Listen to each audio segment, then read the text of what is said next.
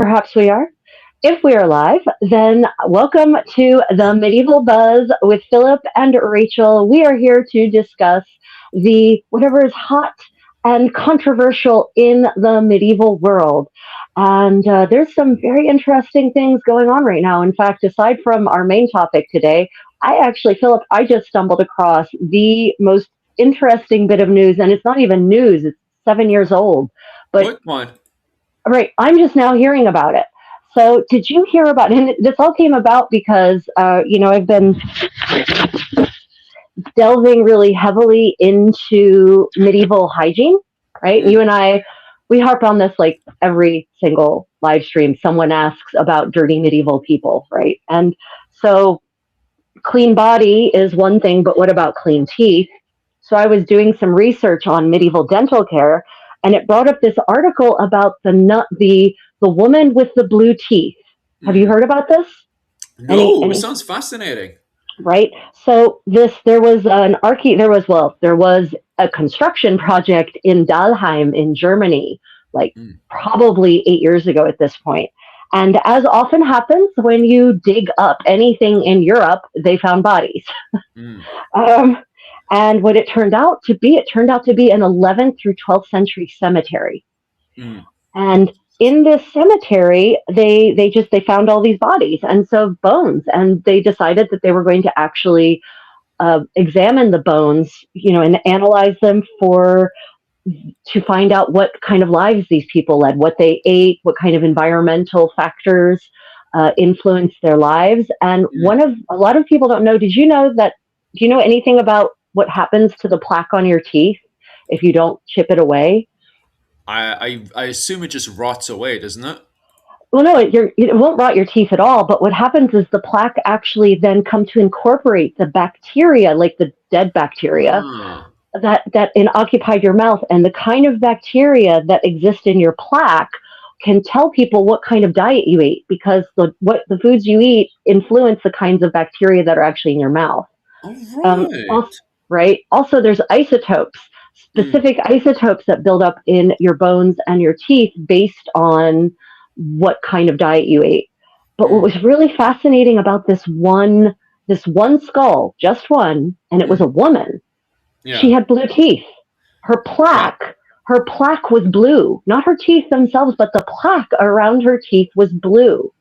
And Okay. it wasn't like gray blue. It wasn't, eggshell blue. It was blue. Mm. And when they analyzed the plaque, when they actually scraped it off and dissolved it in acid, lapis lazuli fell out. Okay. This this woman had ground lapis lazuli in her plaque, in all of her plaque. So Yes. much so that they could see it with their naked eyes. They could actually see these bright blue flakes falling out of her plaque as it dissolved. And the, Mm. the fascinating part is that normally when they do this test, when they dissolve the plaque in these historical skeletons, they don't watch. They just put the teeth in the acid and then they walk away and they come back the next day. If they had done that, it would have bleached the blue out of the lapis lazuli and they Mm. wouldn't have seen it. But this woman actually, one of the scientists actually watched as the acid dissolved the plaque, and with her eyes, she watched the blue flakes falling out, and she said to herself, "Oh my God, that's not normal." Mm. So they actually, because it was more than just the usual things you find in plaque, they actually took the scrapings and they put it under the microscope and they analyzed it, and this woman had so much lapis lazuli in her mouth that all of her plaque was dyed this blue color. It was That's wild. measurable amounts, right? Mm. So there's all kinds of weird theories that cropped up, and none of them wanted to seem to acknowledge what the plaque was actually a sign of, what this lapis lazuli was a sign of. What do you know about lapis lazuli in the Middle Ages? Not much. Can you explain it to me, please? Yeah, so lapis lazuli, do you know, have you seen the stone like in jewelry, modern jewelry? I mean, No, no, no, no. I haven't. yeah, My wife knows about it, but I don't. yeah. It's a bright blue mineral. Mm. Lazurite is the thing that actually makes it blue. But Mm. the only place do you know the only place in the world it actually comes from? No, I naturally? don't. I'm assuming Af- somewhere in the Middle East. Oh no, Africa. Afghanistan. Ah, yeah, I was thinking. Af- Afghanistan, much further than the Middle East. Mm. So for it to show up in a medieval Germany is a big deal. Not everyone had lapis lazuli, and it was used to make the iconic blue pigment in medieval art was used to make ultramarine. Ah, and I assume some of that would have been in the Book of Kells as well, would it? I would, I don't know Mm. when Europeans started importing. I actually don't know how far back it goes. I don't know when Europeans started importing lapis lazuli from Afghanistan, and I Mm. haven't looked in detail at the Book of Kells in terms of its actual composition. Uh, So I don't know, but it might. The thing yeah. about lapis lazuli that sets it apart from every other pigment is that because it's a stone, because it's a Mm. mineral, it doesn't fade. Mm. It retains its color basically forever, more or less. So, if you paint something with a pigment with ultramarine, it's going to retain that amazing, stunning blue forever. While Mm. every other pigment on that page, every other paint on the canvas or on the panel may fade. In some cases, to the point where you can see through them, as Mm. you can now on a lot of historical art. Lapis lazuli will not, which is also why this woman's plaque in her teeth still had it. Aye. So there were a bunch of really weird theories that almost immediately sprang up, but it seemed no one wanted to acknowledge the reality. They said, oh, well, clearly this woman must have been very rich and she was grinding up lapis lazuli and taking it as a medicinal aid. Like, Okay. she took enough lapis lazuli that had made her plaque blue. Okay, we know that that is something people did Mm. in medieval Europe. The wealthy, not the average, whatever random anonymous woman in a cemetery in Dalheim. Mm. So, uh, you know, Lorenzo de' Medici in the end of the 15th century, when his doctors couldn't figure out what else to do for him, they Mm. started feeding him crushed up pearls and rubies. Oh, why am I not shocked? Right? Yeah, they started feeding him crushed up pearls and rubies. And okay, so if that were the case, then we would be finding a lot of skeletons of nobles who would then obviously have like red plaque Yeah, or pearly white plaque, right? because I do agree with the comment section because a lot of the comment section are saying, well, maybe it's most likely a fashion statement. What do you think of that? No, Oh, fashion statement because it's in her plaque. It's okay. not on the teeth, right? It's not like Mm. she painted her teeth blue. It's in the plaque buildup. Her teeth themselves, like the actual teeth, are still white, like normal. Mm. It's just I'm trying something new, everyone. You all complained about the headset, so I'm seeing if I can put the headset under my kerchief and hide it from view. It does look Anyway, much better. anyway, so that the theory that she was just, or there was another theory that she was a cleaning lady. I'm like, wow, could you be a little more sexist? And that she was working in a jeweler's workshop where she was inhaling uh, lapis lazuli dust or Mm. something like that. And it's like, we don't have any evidence of lapis lazuli being worked into gems with Yeah, that kind of regularity. Also, she would have had to have inhaled enough that she probably would have died of lung cancer. Um, yeah. It's really getting me. Like I'm really thinking to myself. And tell me, what date? Maybe you already said it before, I but did not. what date specifically is she around about? Do you know? So they've dated her to the 12th century, Mm. in Dalheim, and the town itself is not it's not a particularly wealthy. Not certain is that I don't know. Is that actually better in terms of hiding the headphones? I don't know. Is that better, everyone? That's a I'm thousand times attempt. better, to be honest with you. I think Is it's it really, very okay? nice. I Okay, wonder what the great. comment section thinks of your new hair. Yeah, what do you think of the new hide the headphones setup? Let me know in the comments. So Definitely. it turns out she was an illuminator. Mm. Oh. She was a female illuminator. She was a woman illuminator working in the 12th century. But Mm. here's the thing, ultramarine, because here's any artist out there, is there anyone here who paints? Artists have a really bad and dangerous and insalubrious habit of sticking their brushes in their mouths. so that they can actually get the tip, so Ah. that they can get the tip of the brush super fine. And Mm, when you're an illuminator, that's all the more important because I mean, think about the Book of Kells. Think about every piece of medieval illumination you've ever seen. mm, Really tiny, tiny lines, tiny, tiny spaces that you're trying to fill very delicately.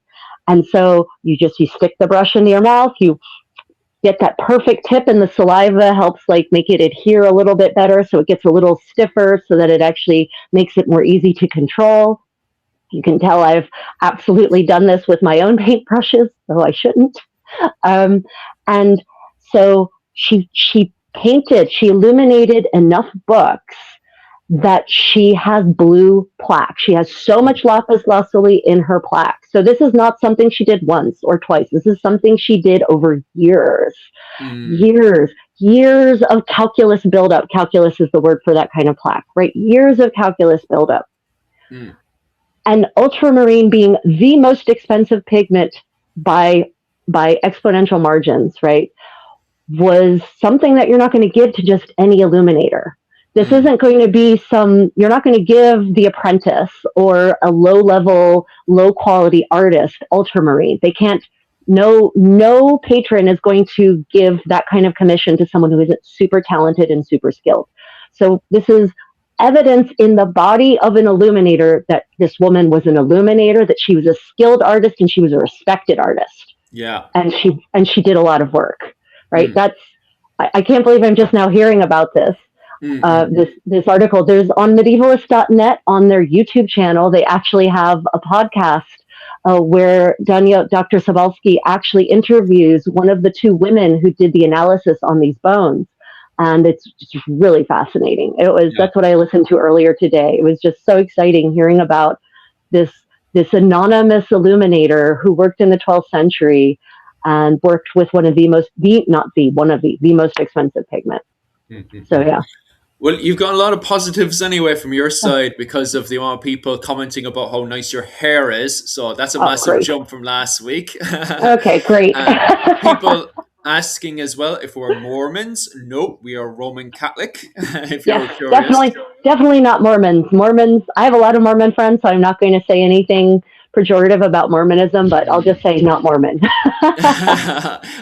And then some people were asking as well, have we played Kingdom Come Deliverance 2? Yes, we did do a What good did bit I say, there. Philip? What did I say yesterday? The most common question I get in my live streams, in terms of, other than are you Amish?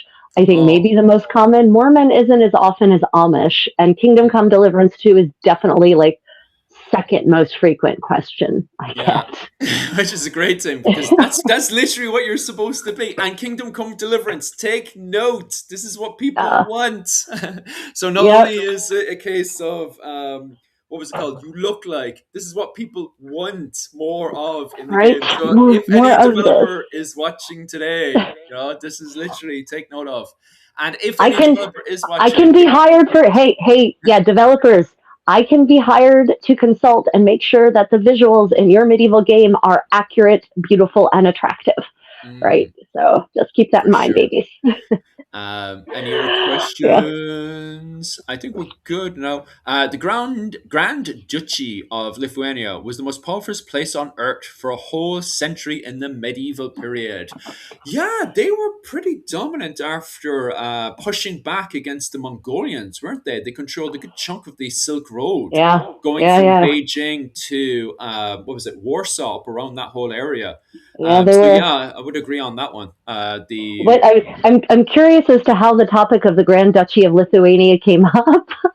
I'm not sure. It was like a fun fact that just kind of went in there, which I I mean, kind of it liked. is. Don't get me wrong. I'm all for fun facts. I'm also always fascinated about the the snake that leads to the snake of conversation that leads to a topic. Yeah, yeah, yeah. Because that's a deep rabbit hole in itself. Which I don't get me wrong. I actually like the Grand Yep. Duchy of Lithuania. I think they're all awesome, and Lithuanians, full stop, great people to talk Oh with. my God, Lithuania is beautiful. Yeah. The Baltic states are maybe the most beautiful place in Europe, Mm, and Europe is full of beauty. I yeah. lived in Europe for 12 years. I've traveled all over. So this is, it's a tough competition. It's a fierce competition. but Mm. because of the way the world wars damaged Uh-huh. all of the world wars, the endless world wars that Europe has been fighting for centuries, right? Mm-mm. Because of all the damage from those, a lot of sort of Western Europe is a mess in terms Yeah. of its historical architecture. Mm. Whereas the Baltic states somehow managed to avoid a lot of that. And so, Really? yeah, Tallinn, Jesus Christ, Tallinn is such a gorgeous medieval city with its Mm. beautiful walls still intact. Oh, and also they didn't have Napoleon going in and tearing down their Oh, city walls on purpose. yeah. Like Napoleon did that specifically in the areas he conquered. He basically said, "Yeah, city walls give y'all bad ideas, so we're just going to remove them now." Yeah. So Not good at yeah, all. And then we yeah, have a whole load of people joining into the conversation. Good morning or good night, everybody. How are you all keeping? Well, good evening. I don't want you to go to bed yet. yeah, yeah. Listen to Welcome us rant everyone. on Don't go to first.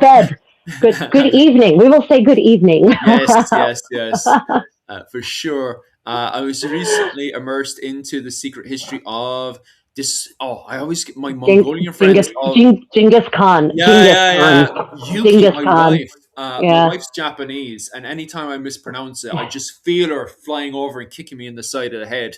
yeah. Asians get really Genghis Khan. tick-headed about the mispronunciation of They do. Genghis. Yeah, Yeah, Genghis.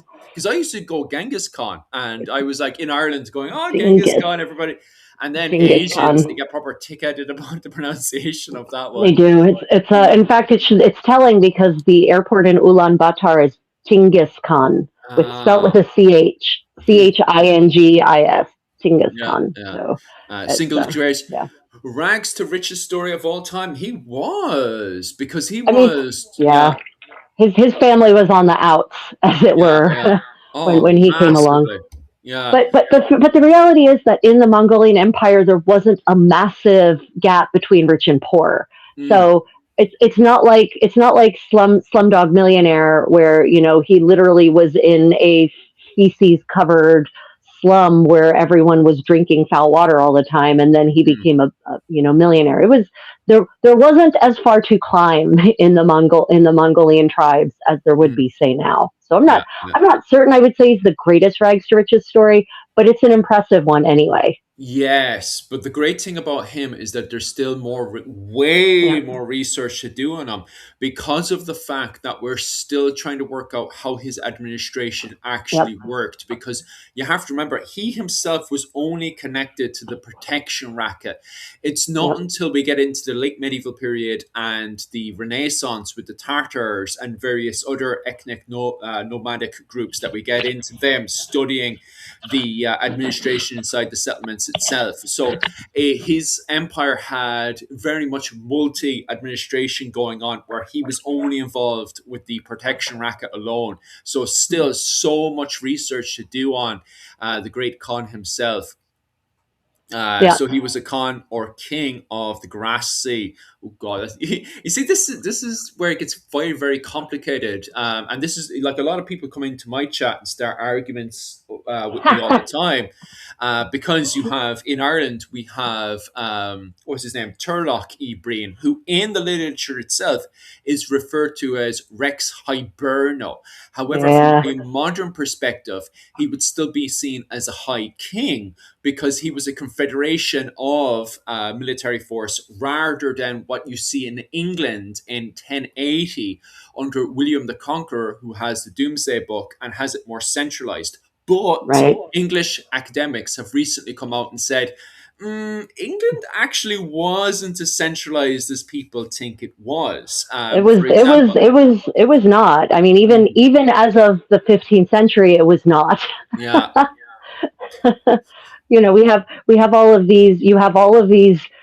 If you're the Game of Thrones, and this is a good segue for yeah, us, actually, yeah, Philip. The game mm, the Game of Thrones in Europe, but especially in England in the Middle Ages, is one where if you want to be king and you want to actually not be, usurped, you have to have the support of powerful noblemen underneath of you, who in turn have to have the support of their affinities, of mm, their network of people who are loyal to them, who serve them. So if you, as a king of England, alienate, I'm just thinking aloud here, Richard II, if Mm, you alienate if you alienate powerful dukes, then you don't just lose that powerful duke, you lose that duke's entire affinity, this very complicated network of supporters. And then suddenly you have no power anymore. You are a straw man, you are a straw king, right? A mm, lame duck king. So it's definitely not, yeah, it's not centralized. And even justice isn't centralized, right? It's not mm. just the king's justice. There's all Yeah. these very local courts. Mm, Yeah, it's definitely not this. It the centralized state is really more of a development of the 16th century yeah. across Europe, more or less. Mm. That's true. And the comment section kind of says that. Kind of cheeky, by the way, Yeah. with the it was a backwater until the 17th century. I Pretty mean, cheeky, but I get what you mean there. And also on top of that, just to get back to the original question, so he was a Khan or a king of the Grass Sea. Yeah, Genghis Khan was definitely a Khan, not a king. So a king is more yeah, centralized. Well, the idea of a king is to be centralized, where the cons during, well, especially the High Middle Ages, it gets a bit complicated going into the late and Renaissance because of various interpretations within the steppes in the Middle East and India. But during the High Middle Ages, a Khan was somebody who's pretty much the head of the protection racket, going from Beijing all the way over to Warsaw, is my interpretation. Maybe Rachel has a different interpretation of the term Khan. I mean, I it's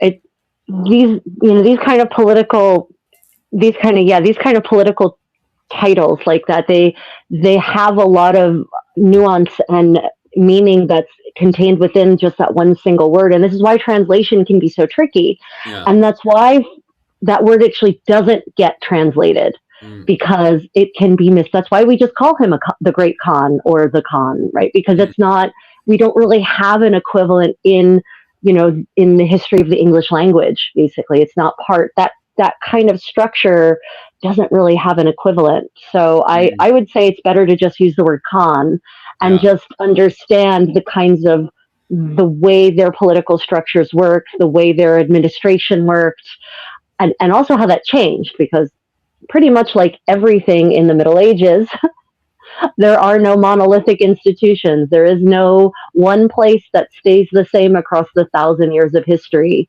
Mm, that is the Middle Ages. So yeah, this is why translation can be such a mess, and mm, why increasingly translators of especially historical texts are leaving certain key terms untranslated when they don't really have a true equivalent mm. in the target language. And that is, people are acknowledging that that is increasingly the case, and that by translating that word into, say, English, you create the wrong impression.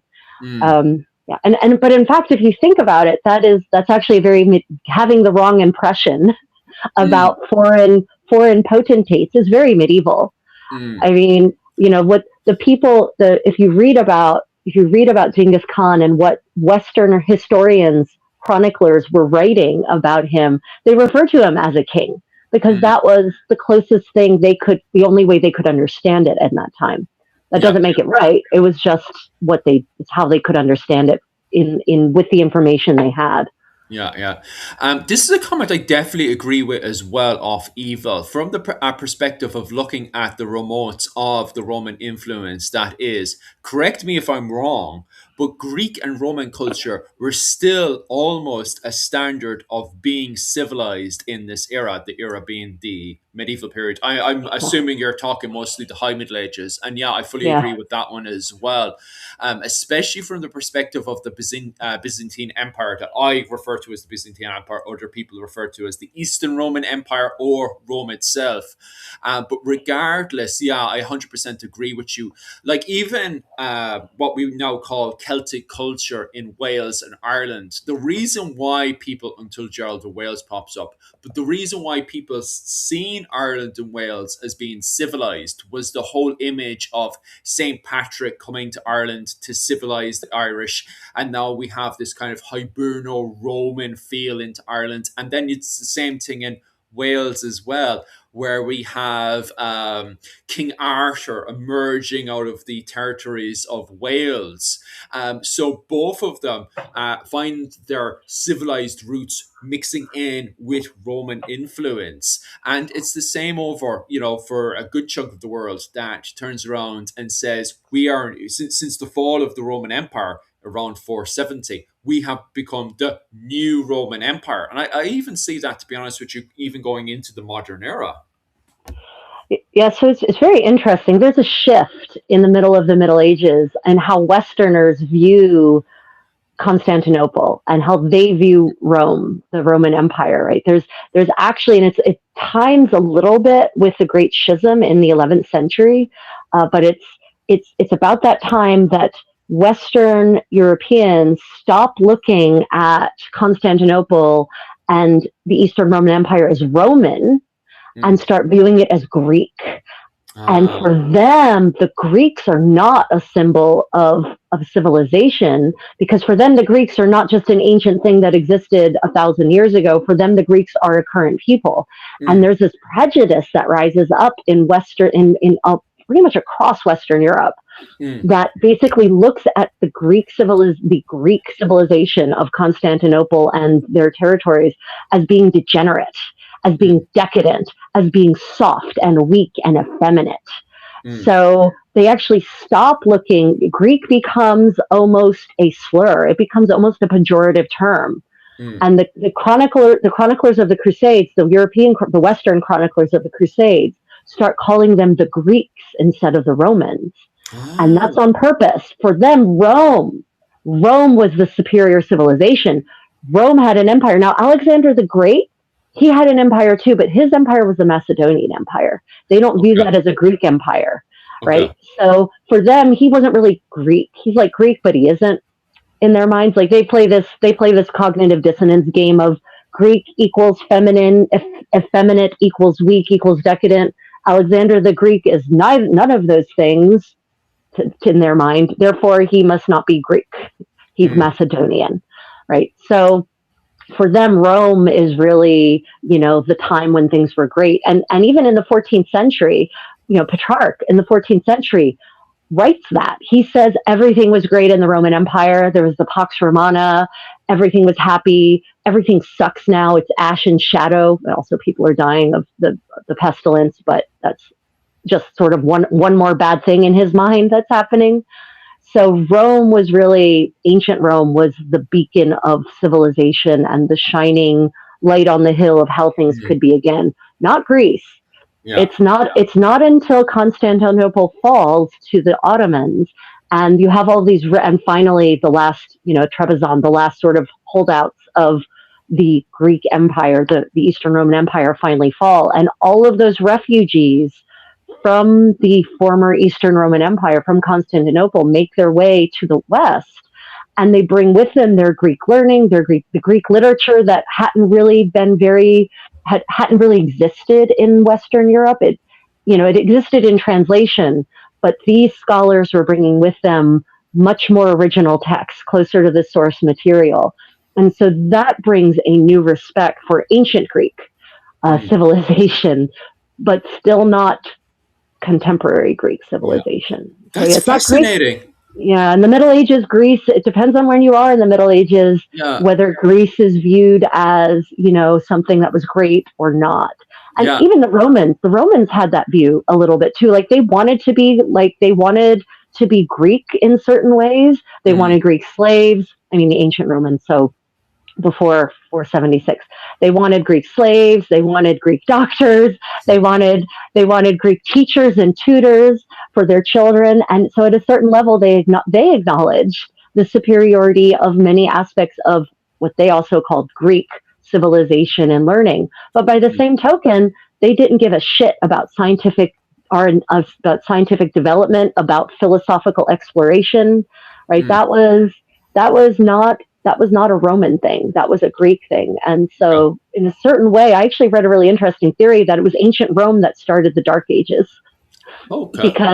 Because they were basically anti-intellectual in a lot of ways, and at a state level, not necessarily on the individual level, but on the state level, they focused all of their resources on warfare and on infrastructure. They were big engineers.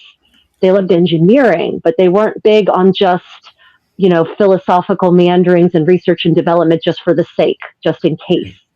Whereas the Greeks were always tinkering. They were always exploring and pondering. So, Alexandria is like one of the last places where that kind of thinking is really happening in any kind of real way in the Roman Empire, and then Christianity puts the kibosh on that. Yeah. So It's fascinating. Palladius was the first. Actually, let me tidy up this comment there. Sorry about this one. Palladius was the first one to get to Ireland off of evil. Yeah, Palladius was a bishop sent by Rome to Ireland, allegedly, according to Dr. Damien Bracken of University College of Cork. And there's various indications that Palladius was a bishop by the letters sent by Rome. And you're bang on right about that one. But what's very interesting, and Rachel should back me up on this one, is that Palladius is a bishop. He's not a missionary. Okay, so Palladius went to Ireland before St. Patrick, but he's a bishop. What the hell, says Dr. Damien Bracken of University College of Cork. Why is this? Why is Dr. Damien Bracken of University College of Cork? Why is he screaming red flags when a bishop is being sent, not a missionary? What's going on here? Like,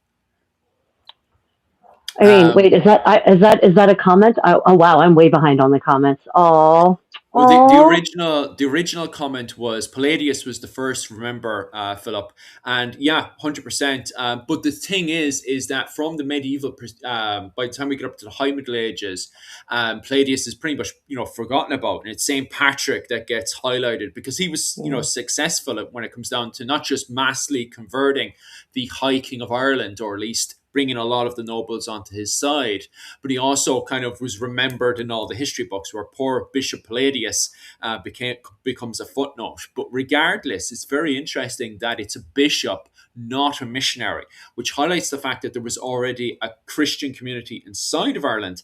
And on top of that as well, that there may have been missionaries before St. Patrick and before Bishop Palladius comes to Ireland as well. So it's right. definitely within the Irish academic communities inside of Ireland. Definitely really exciting stuff. But, we still need to do way more archaeological work inside of Ireland when it comes down to Hiberno-Roman finds to see what the story is. Because as I highlighted there, Hiberno-Roman finds, and it's heavy as well. Like, you're not dealing with insular Latin culture anymore. It's solidly Hiberno-Roman clothing, even the what was it called, the metalwork and everything that we're finding is a mixture of both Britannic Roman style that you find in Britain is very much being found in Ireland as well. So really exciting stuff, but once again, a lot more work still needs to be done. And where else are we going? Yeah. So, Ryan, if you're there, I need my sewing stuff. I need my needles and thread, and it's in the cloth satchel. None of us brought it. So right now, all I can do is kind of cut out patches and pin them on. But I'd like to actually sew them. For those who are wondering, I'm working on repairs for my camicia, my Florentine style smock, because I've had this for 6 years now. It's all clothes that are my clothes have a hard life because I'm a very active person. So we have holes now that have developed. You can see one right there. There's a hole. And unlike modern people, when my clothes develop holes, I don't just throw them away and buy a new one. I patch it and repair it and then wear it again. So that's what I'm doing. There were a couple of questions. Was it the Fourth Crusade where the European knights sacked Constantinople? Yes, it was. Yes. 1204, those bloody knights who swore to go and only wreak violence upon the heathens, sacked Constantinople and then actually took it over for the next several decades and reigned as the Latin kingdom. Thank you, Hanson. And reigned as the Latin kingdom of the Latin Empire, basically, for that period of time. So. But it's still not Amish. I'm still not Amish. Also, still not Amish. You can tell I'm not Amish because I've got bright colors, I've got jewelry, and I've got a very low neckline. definitely not Amish. Is Yeah. there a Anyway, difference in clothing between at this point?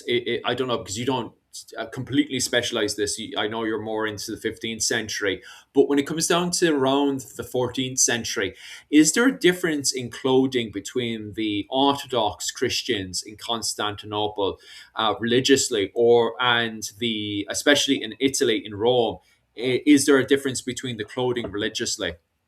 religiously, no, it doesn't seem. Okay. I mean, oh no, wait. If you're talking about the clothing that orders wore, like that priests wore, Okay.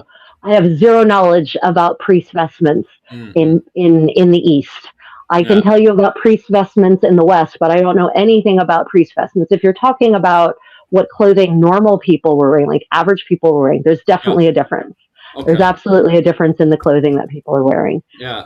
in the East. For one, they just have access to a wider array of luxury fabric. Well, what in the West, in Western Europe, is a luxury fabric, but is more readily available in Constantinople because they have their own silk production facilities, and they also have physically closer ties to the Silk Road. Mm. So, what would be an extreme luxury fabric in, say, Ireland is just kind of like mid-level nice in Ah, Constantinople. yeah. So so you've got that, but also the shapes are different. Mm, They're they're influenced very heavily by sort of being the crossroads between East and West, mm, and so in some ways their clothing has a kind of well, first off, official clothing. Like when I say official, I mean court vestments. So mm. the royal family. The court vestments of the royal family or the imperial family, excuse me, the imperial family in Constantinople are almost petrified. Like Okay. they haven't changed almost since the Roman Empire. It's a tunic and a dalmatica, and it's got the same kind of like treatment, embroidery and trim that those garments have had for hundreds of years. But that's not the same thing as the clothing they're wearing on a day-to-day basis. Mm, mm. But Okay. even still, it's more of a combination of East and West. Ah. Do you see, and this really feeds into what the comment section is going fire for, right? I'm going to be honest with your comment section. When it comes down to a lot of stuff in America, I am really, really ignorant. So you guys will have to educate me when it comes down to America, especially religious wise. It's the same thing, vice versa. A lot of people ask me about the differences between Church of Ireland, Presbyterians in Ireland, and also Roman Catholics in Ireland as well. So I have no problems going into deeper information when it comes down to religions in Ireland. But when it comes down to America, what are you guys on about? Some of these comments is also very interesting as well. So first and foremost, just to finally define, Rachel, are you Amish? I am. God, I wish I could pin this comment. Like I wish I could pin this answer so that the first thing anyone sees in the live chat when they join is I am not Amish. Not Amish. What's Not Amish. Amish? What is Amish? What is Yeah, Amish? so the Amish are Moravians. So they were basically a splinter Reformation movement starting in Switzerland at the end of Oh, the 16th what? century. Yeah, and they part of their deal was trying to get back to with simplicity of Okay. living, of lifestyle, and then eventually, as happened with all of those splinter sects of Christianity, they immigrated to the colonies, right? Okay. And that happened in the 18th century, as far as I know. Okay. And they, part of their focus was modesty, was simplicity of living, and there's a whole other host of things that come with that, and I'm not going to get into that. But the visuals, as society started advancing, as technology started advancing, machinery became more prevalent, steam driven, and then eventually electricity. They purposefully divorced themselves from all of those developments as a way to maintain a simple lifestyle that they view as closer to God. Mm. And part of that is modesty. And modesty for men and women, it's actually, both sides of the spectrum here, is that your garments for men and women should come up to your neck. You shouldn't be wearing jewelry. Even buttons in some cases are considered to be too decorative Mm. because originally buttons were actually decorative. They weren't closures. So you have to simple, not bright colors, nothing that's going to engender lust or that's going to engender envy. So they live hypothetically they should be living a kind of 19th century farming lifestyle. And, Mm. they live out in the rural parts of Pennsylvania and Delaware and actually a variety of states. Ah. They basically, they're known for woodworking, especially Amish woodworking is very high quality. They do a lot of cabinetry, making of furniture. And they produce a lot of really generally high caliber agricultural products, butter, dairy products. Their animals tend to live a happier life because they're not being factory farmed. So the quality Oh. of meat is better. It's more nutritious. So Mm. if you live in Amish country, as I did, then there's Really? going to be a market somewhere where it's like it is a farmer's market where the Amish will still go and actually sell their produce and their products. Damn, that's a dream So come true. That sounds amazing, actually. well, Okay. they're increasingly moving away from that 19th century Uh, lifestyle and starting to make little concessions. Some of them less little, like they're using solar power so they can have smartphones, that seems and like smart. they're using propane propane camping lanterns basically Mm.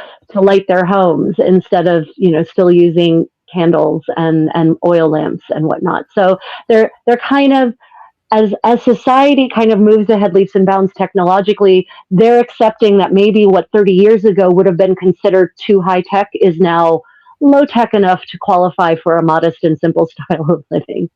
So it's changing. Okay, and Ryan has answered some of these questions, but I'll just get back to it again, just so you can nail it in the head, right? Oh First and God. foremost, does your outfit have buttons, and do Amish have buttons as well? And what's the difference between your outfit and an Amish outfit, specifically on the buttons? They seem to be button mad. There are no buttons on my outfit. It's laced. This is lacing. Okay. There's lacing here all the way, no buttons. But in the fifth, this is a 15th century outfit. Big difference between this and an Amish outfit. Deeply cut neckline, lots of skin. I'm wearing jewelry. And this gown, this kirtle has really full skirts, right? Mm, So it's conspicuous consumption. mm, Also, it's a bright blue, although I guess it doesn't look so bright in this light. But it's a nice rich blue. Bright colors are not part of living a modest lifestyle. Bright mm. saturated colors are not part of living a modest lifestyle. As for the button thing, I'm not. I mean, they have buttons, but they're not fancy buttons, right? I've Yeah, definitely know Amish people who have shirts that button, yeah. um, I was thinking that uh, as well. because the alternative is basically going back to like shapeless 14th century style tunics Yeah, yeah, yeah. And or so, 13th century style tunics. Yeah. just to confirm as well, your outfit is early 15th century, isn't it? No, so this is actually second half of the 15th century. So Oh. with this, especially with this kind of kerchief, Mm. this style of dress, this short sleeve front lacing kirtle, that we 1410s is the earliest I've seen, and that's in the Très Belle Heure de Jean Duc de Berry, the beautiful Ah. hours of John of Berry. Right, there's actually a peasant in the field, a woman who's working in the field, and she's wearing a blue kirtle like this, short sleeve with lacing in the front. But this style of kerchief seems to come about in about 1450. So this places it more in the second half of the 15th century. And that's fascinating as well, because as we were talking about last night, we wanted to make the main focus of this on Game of Thrones because, the Right? algorithm. So, the first Yeah. season of Game of Thrones, when George R. R. Martin is having his little rant about HBO not giving him the clothing that he wanted, Right. politely ranting, of course. This is more Politely, of what yes. he envisioned, wasn't it? Because he was Yeah. talking about more clothing of the Wars of the Roses, especially Yep. England. So women in Yep. England, they would have dressed more like this, was it? Yeah. So this is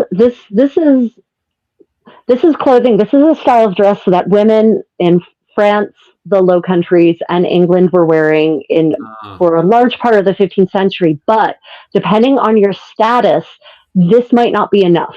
This mm, might count as undergarments. So if I were to actually, right now I'm in my private chamber, so it's all good. But if I were to go outside as a noblewoman or a patrician, a member of the upper echelons of society, I should actually therefore put on another layer over top of this, a mm, gown, it's called. This is called a kirtle. And So that would be something that may or may not have a train. It'll go all the way to the ground, and it will have that V neckline, that opening that you see. That's very iconic. And a lot of people think of the medieval princess look. They generally are thinking of 15th century Franco-Burgundian styles, where it has this V, and they're wearing this big belt, and they have this tall pointed hat.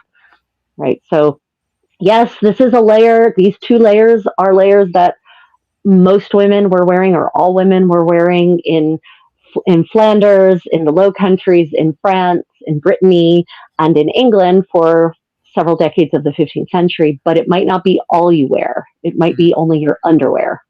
Ah, fascinating Yeah. stuff. And I just want to quickly, for what I know, they use pins. Do you know what that comment is about? For what I know, they use pins. Is that for the Amish or for For your 15th century? yeah, yeah. Actually, so Tea with Tosh, are you talking about the Amish or 15th century people? If you're talking about the Amish, I should also point out that the Amish is not a singular community anymore. That Who's there it are not? Amish community. Oh, I mean, there's Amish communities literally all across the Americas. There are Okay. Amish communities in South America. There are Amish communities in Mexico. Oh, really? So, No yeah, way. really, really, and but they're insular, right? They have not Okay. intermingled with the local populations at all, Mm, which is also problematic, genetically yes. speaking. Yeah, it would Um, be. so, so yeah, there's Amish communities, and again, it's not monolithic. Their Mm, communities are not monolithic. So what a Amish community in Delaware may find acceptable amongst itself is not necessarily what an Amish community in Mexico. I will tell you for certain, I have seen Amish people in Dover, Delaware, where I grew up, with buttons. So okay. just Yeah. putting it out there. Just putting it out Um, there. While we're on the topic, and this is actually a great one to expand on, because clothing is going to be a huge thing we're going to be bitching about today, Right. especially with Yes, Game of we are. Thrones. And as I pinned up as well, please, nobody, if you've seen episode 6 a few hours ago about a night's, what was it? The show is called right now, which is Game of Thrones, A Night of the Seven Kingdoms, episode 6. Please don't reveal it in the comments section. I don't mind anybody talking about episode 1 to 5. Try to leave out the spoiler on episode 5. That's a really good one, so try to leave that one out. But I don't mind anybody talking about episode 1 to 5 and to talk about the clothing as well in the Night of the Seven Kingdoms, because you were looking at some of the pictures as well. But before we delve deeper into that, T with I'm sorry for butchering your username, but she was asking there, what's the best fashion history? What was it? What book do you recommend in fashion history? Right. For me, Yeah, can this I go more into detail about that? Can I go into more detail about the 15th century? And obviously, if you want to go more broad of that, you can. Yeah, so if you're looking for kind of a beginner's guide to medieval fashion, Margaret Scott she's a fashion historian. She has several books Mm, that are very good. Some of them are she provides, especially in her. She's it's like a coffee table size book. What I like mm, about it is she provides only original art, so no redrawings, no okay, potentially incorrect interpretations of the art. She provides original art that is actually contemporary to the period. When she talks about the 12th century, she provides only 12th century art. When she talks about the 13th century, only 13th century art. But she also doesn't just talk about the pictures. She actually provides primary source citations from documents and talks about archaeology. So yeah, Margaret Scott, I think it's called Medieval Fashion, medieval um, fashion. is yeah, it's very commonly available. She has a couple of good books, but it's this big blue one, and I think it has a picture of John of the Duke of Bedford on the cover. I think, Oh, I'm if gonna I'm have to look remembering that quick. correctly. It's a really good That's book, and it goes all the way to the end of the 15th century. It covers Western Europe. I mean, it definitely focuses on Western Europe. Um, Unfortunately, I don't think it actually talks very much about Ireland, but I haven't read it in 15 or 20 years because mhm. I'm kind of past that. Um, but Oh, yeah, she's quite it's a young, good isn't she? it's a good source. It's a good Mhm. source to get going, to get you going, right? If you're Yeah. looking for a good, if you want to make clothing, Mm, medieval clothing, and you want a kind of good introduction in English to that, then the Medieval Tailor's Assistant by Sarah Thursfeld is mm, one I would recommend. That's going to focus on English clothing, English. in English, so it's going to be about English clothing. But it goes from the sort of 13th to the 15th century. So that would be, Medieval Tailor's Assistant. I do also have on my YouTube channel, I have a couple of videos that provide book recommendations for medieval clothing. So if you look up books, medieval fashion books on my channel, my Creative Contessa YouTube channel, you'll find there's a couple of good videos that present, because there's a bunch of different, right? I literally have 20 bookshelves of books with reference books for medieval material culture and living history. So asking for one recommendation can be a fool's errand with me, actually. Right, I'll just make a few comments there, and I'll move back into the comment section again. Yeah. Margaret Scott's medieval dress and fashion, that cover looks absolutely magnificent. It looks really nice. I definitely would advise, go over to Google and images, because it looks brilliant, to be honest with you. Yeah, and I'm going to ask that you not get it from Amazon, guys. Fuck Jeff Bezos. Fuck him hard. He's a goddamned oligarch who is earned his billions on the backs of people who've suffered under his leadership. So Barnes & Noble or Abe Books or Biblio. I think Abe Books unfortunately got bought by fucking Amazon, though. Fuck them. Margaret Scott's medieval fashion and dress, medieval dress and fashion. Yeah, I put it up here as well. Yeah. Actually, I'll just put it into my what was it called? Comments as well. But where else was I? I was in the comment section.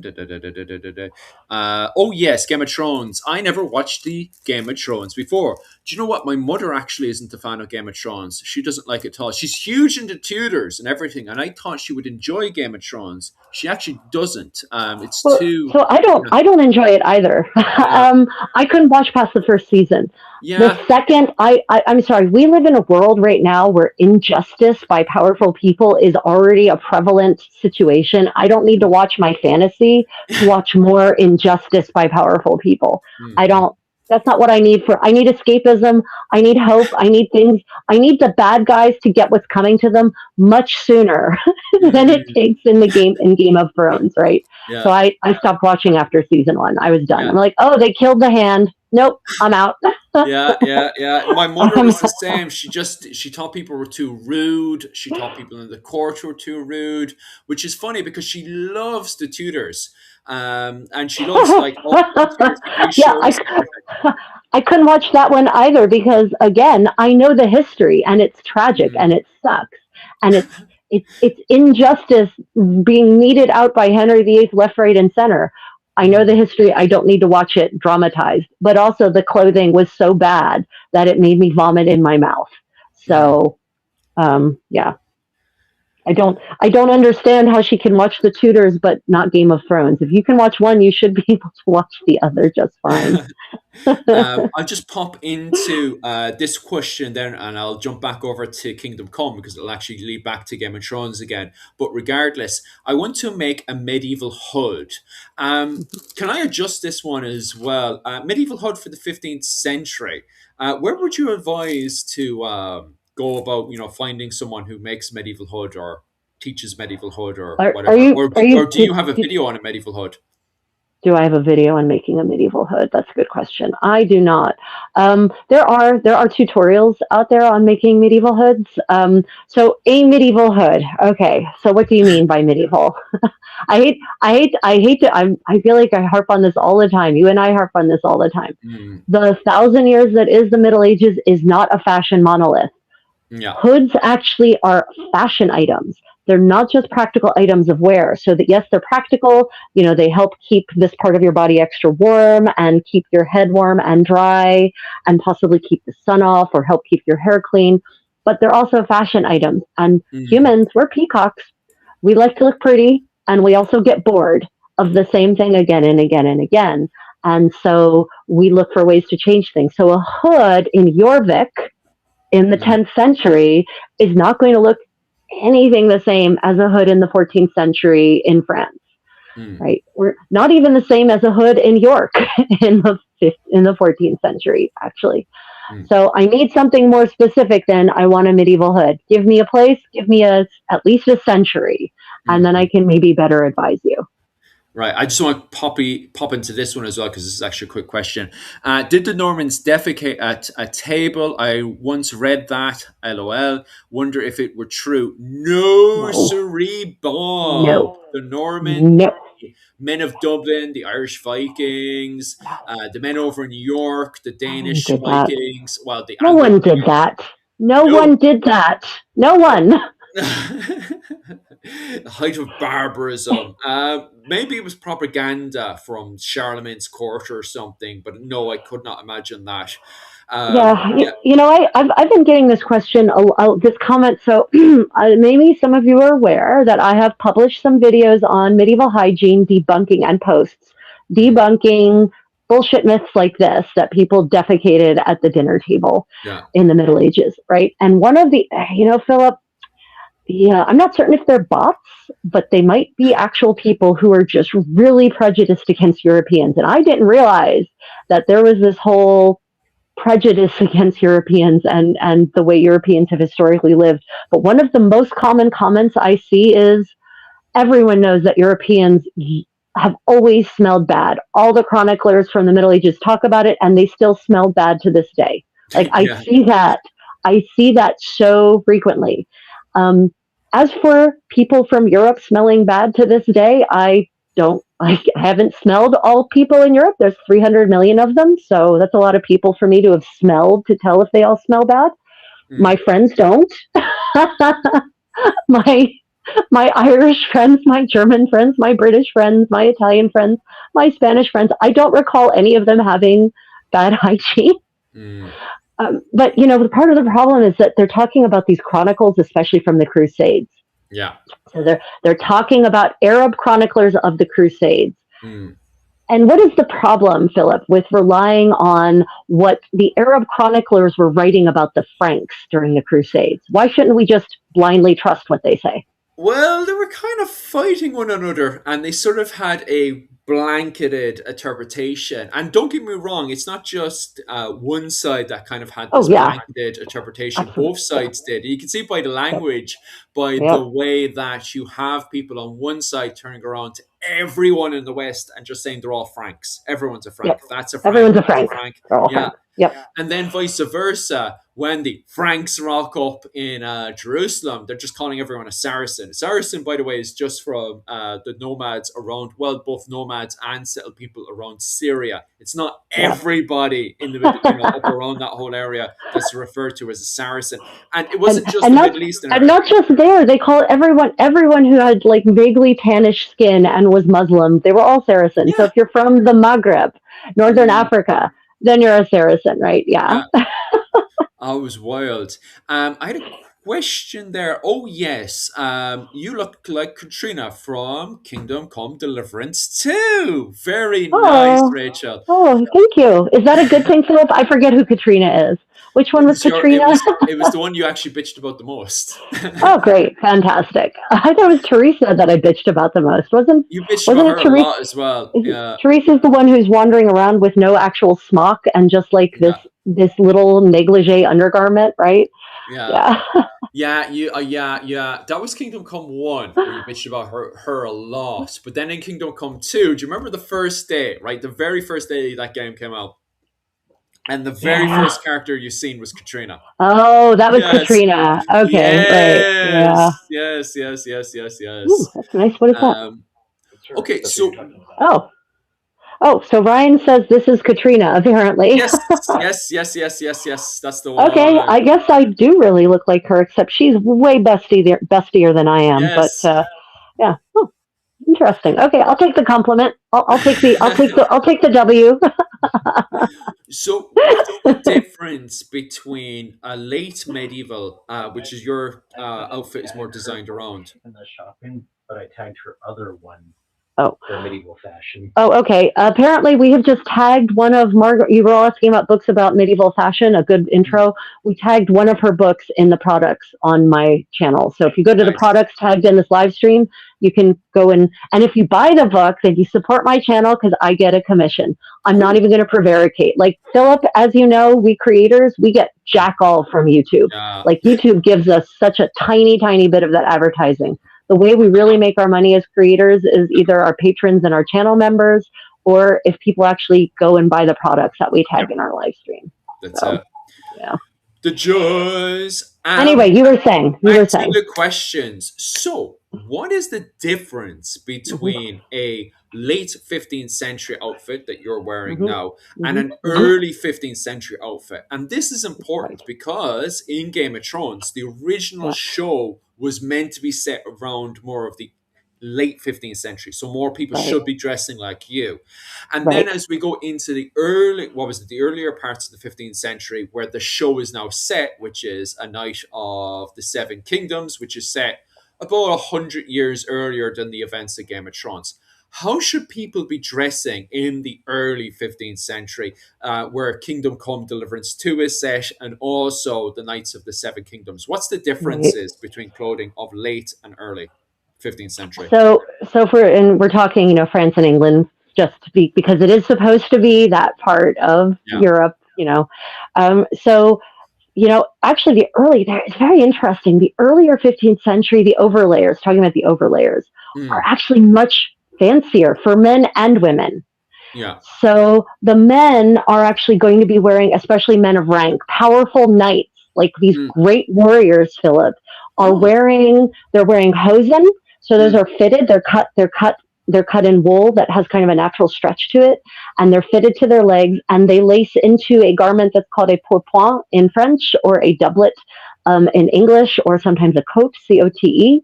And so those hosen lace into this, and it's fitted to the body, and it actually has, for men, they're actually going to have this nice, like, pigeon-breasted look.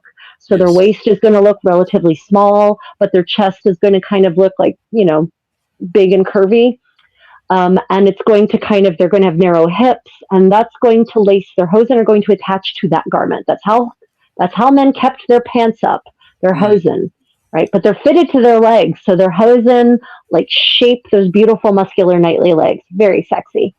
And those hosen for men could sometimes be embroidered in gold, in silver. Sometimes you'll actually have a motto embroidered around the calf. So if every kind of nobleman had their own motto, every knight had his own motto, even ladies had their own mottos, noble ladies.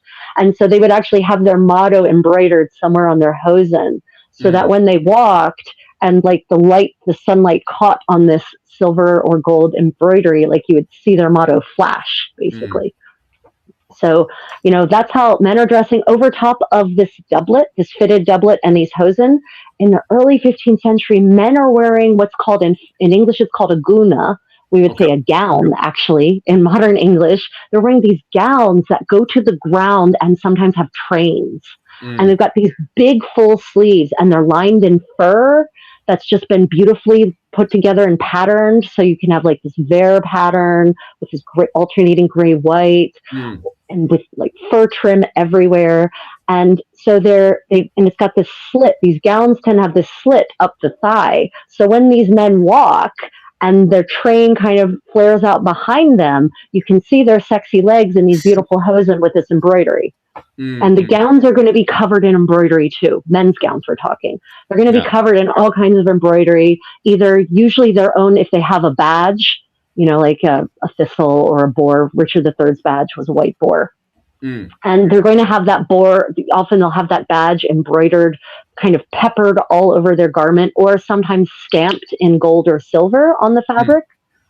So we're talking, and with the sleeves, sometimes the sleeves have these dagging on the edges, so it's got little crenellations cut into the edge, or oak leaves cut into the edge, right? Really splendid garments. This is the way powerful, manly men, the manliest men, the men who were going out and slaughtering people on the battlefield, this is how they dressed when they weren't on the battlefield, right? And this showed that they were powerful, because they were rich, they were powerful, and no medieval man thought it was feminine to wear lots of long garments and, beautiful embroidery and bright colors, blues and reds, and black is not really kind of a thing yet. And that's a big difference between the early 15th century and the latter 15th century. The early 15th century, red, crimson red, this all amazingly deep red, this red here, except this is faded.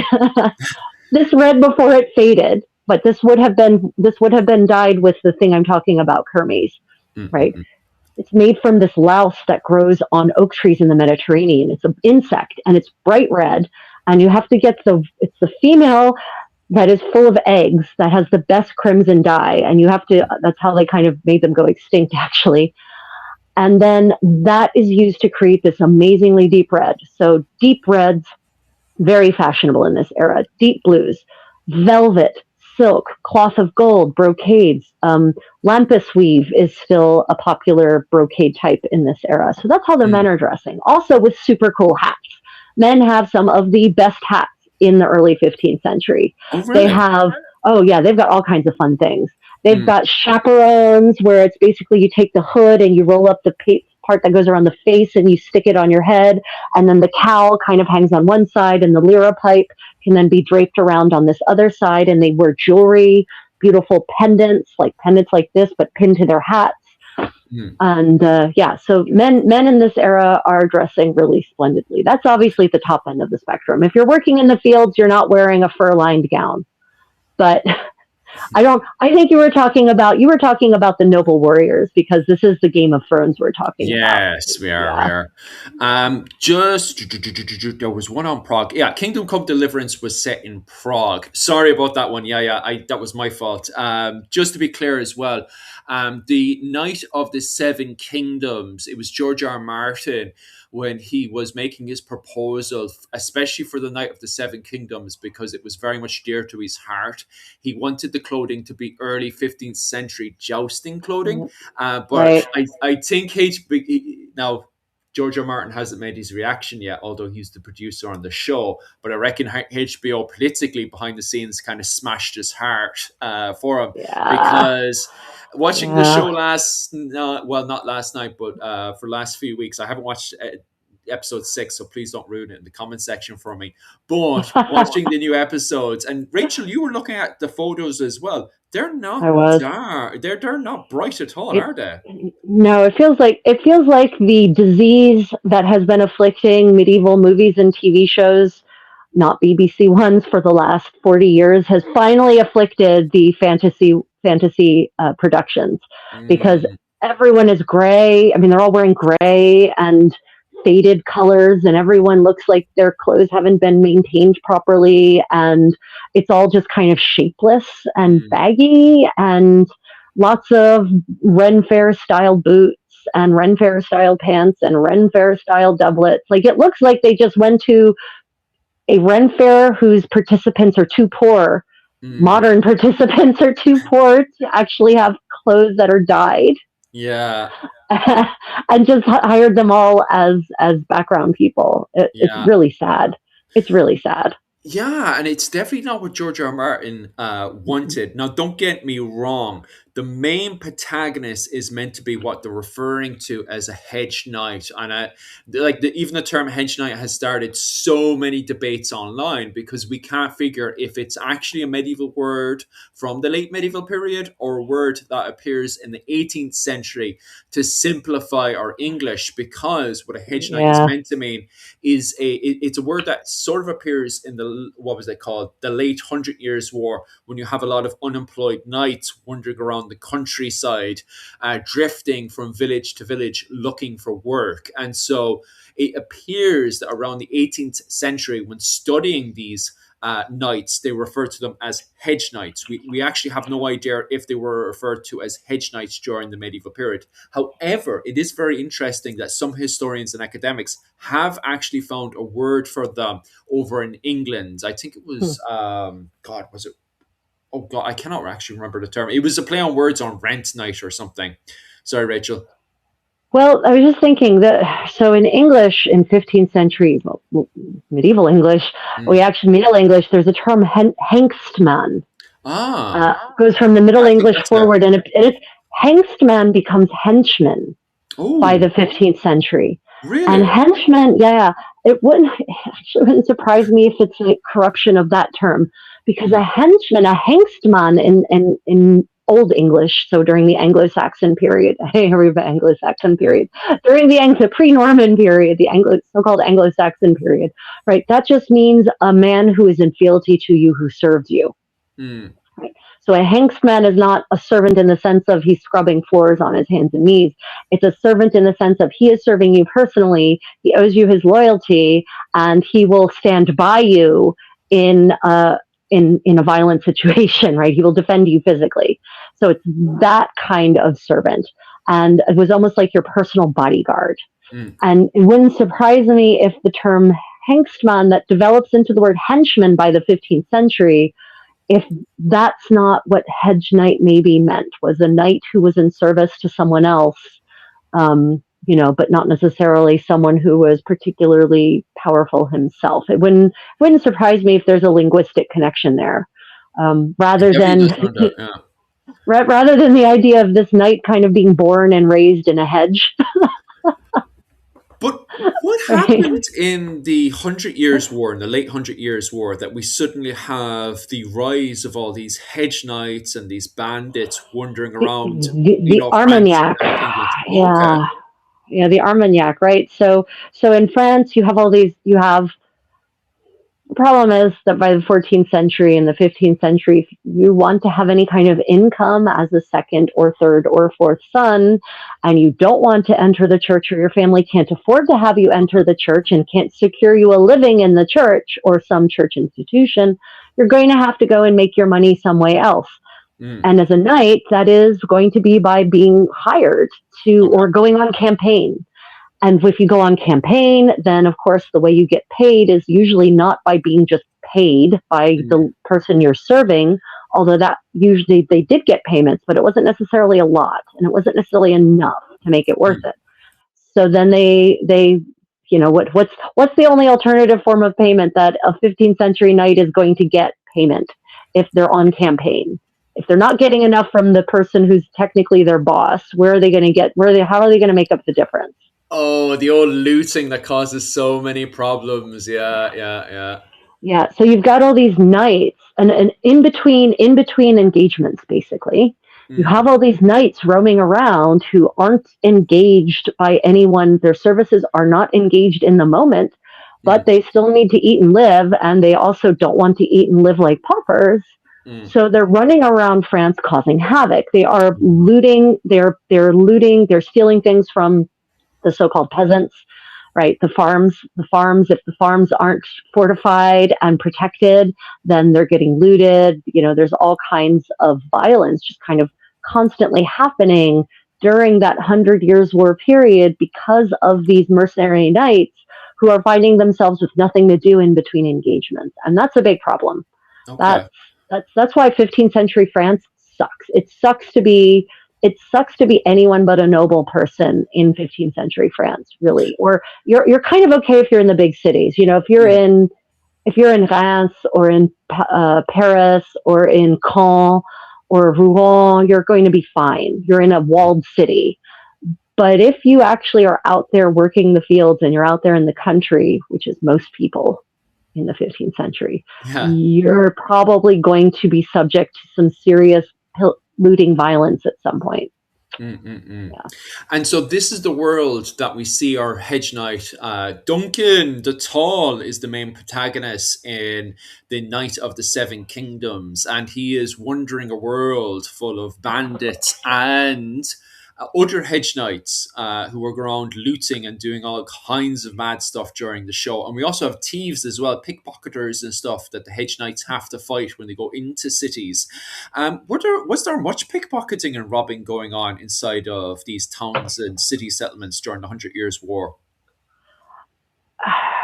That's harder to answer. I've not done an in-depth study of property crime Uh, in 15th century French cities. I know for a fact that it happened. How prevalent it was, I can't necessarily answer. mm, But historically, and this is always the reality, the more inequality there is between rich and poor, the more violent crime there is, the more property crime there is. mm, For the most part, most people are not sociopaths. Most people are not psychopaths. So they do not want to commit crime to live. They would be happy to live and have an honest living. But if there's a lack of way for them to make an honest living, they will not simply choose to starve, right? mm, So, pickpockets, Okay, pickpockets, absolutely not. Actually, I just cottoned on to the word you just said. Okay. There are no pockets in the Middle Ages. No one has pockets. Oh yes, you're right. You're No, no right. pockets. No But pockets. It just occurred you didn't say cut purse. There are cut purses in the Middle yeah. Ages. There aren't pickpockets. Sorry, everyone. Pockets are actually, as shocking as this is, in Western European fashion, pockets are a relatively new development.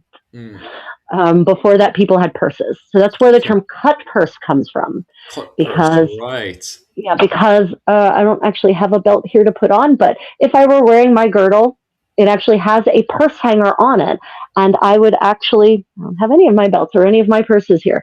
Oh, here's one. This is my finger loop braiding purse, but it'll do as an example.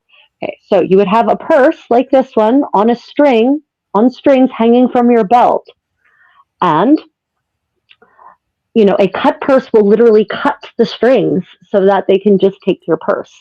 And usually this is an aumônière, so it has money in it, it has coins in it, it has hard currency in it. So Mm. this is usually the kind of thing that women and men would carry so that they could give alms to the poor when they encountered them. Mm, mm, So mm, yeah, so cut purses, there were cut purses. How prevalent it was, I can't really answer that. mm. Didn't they call them vagabonds? What is a vagabond? Isn't a vagabond a Of that, so I'm actually not from. I'm not. So normally this is my jam, etymology of being a linguist and a professional translator.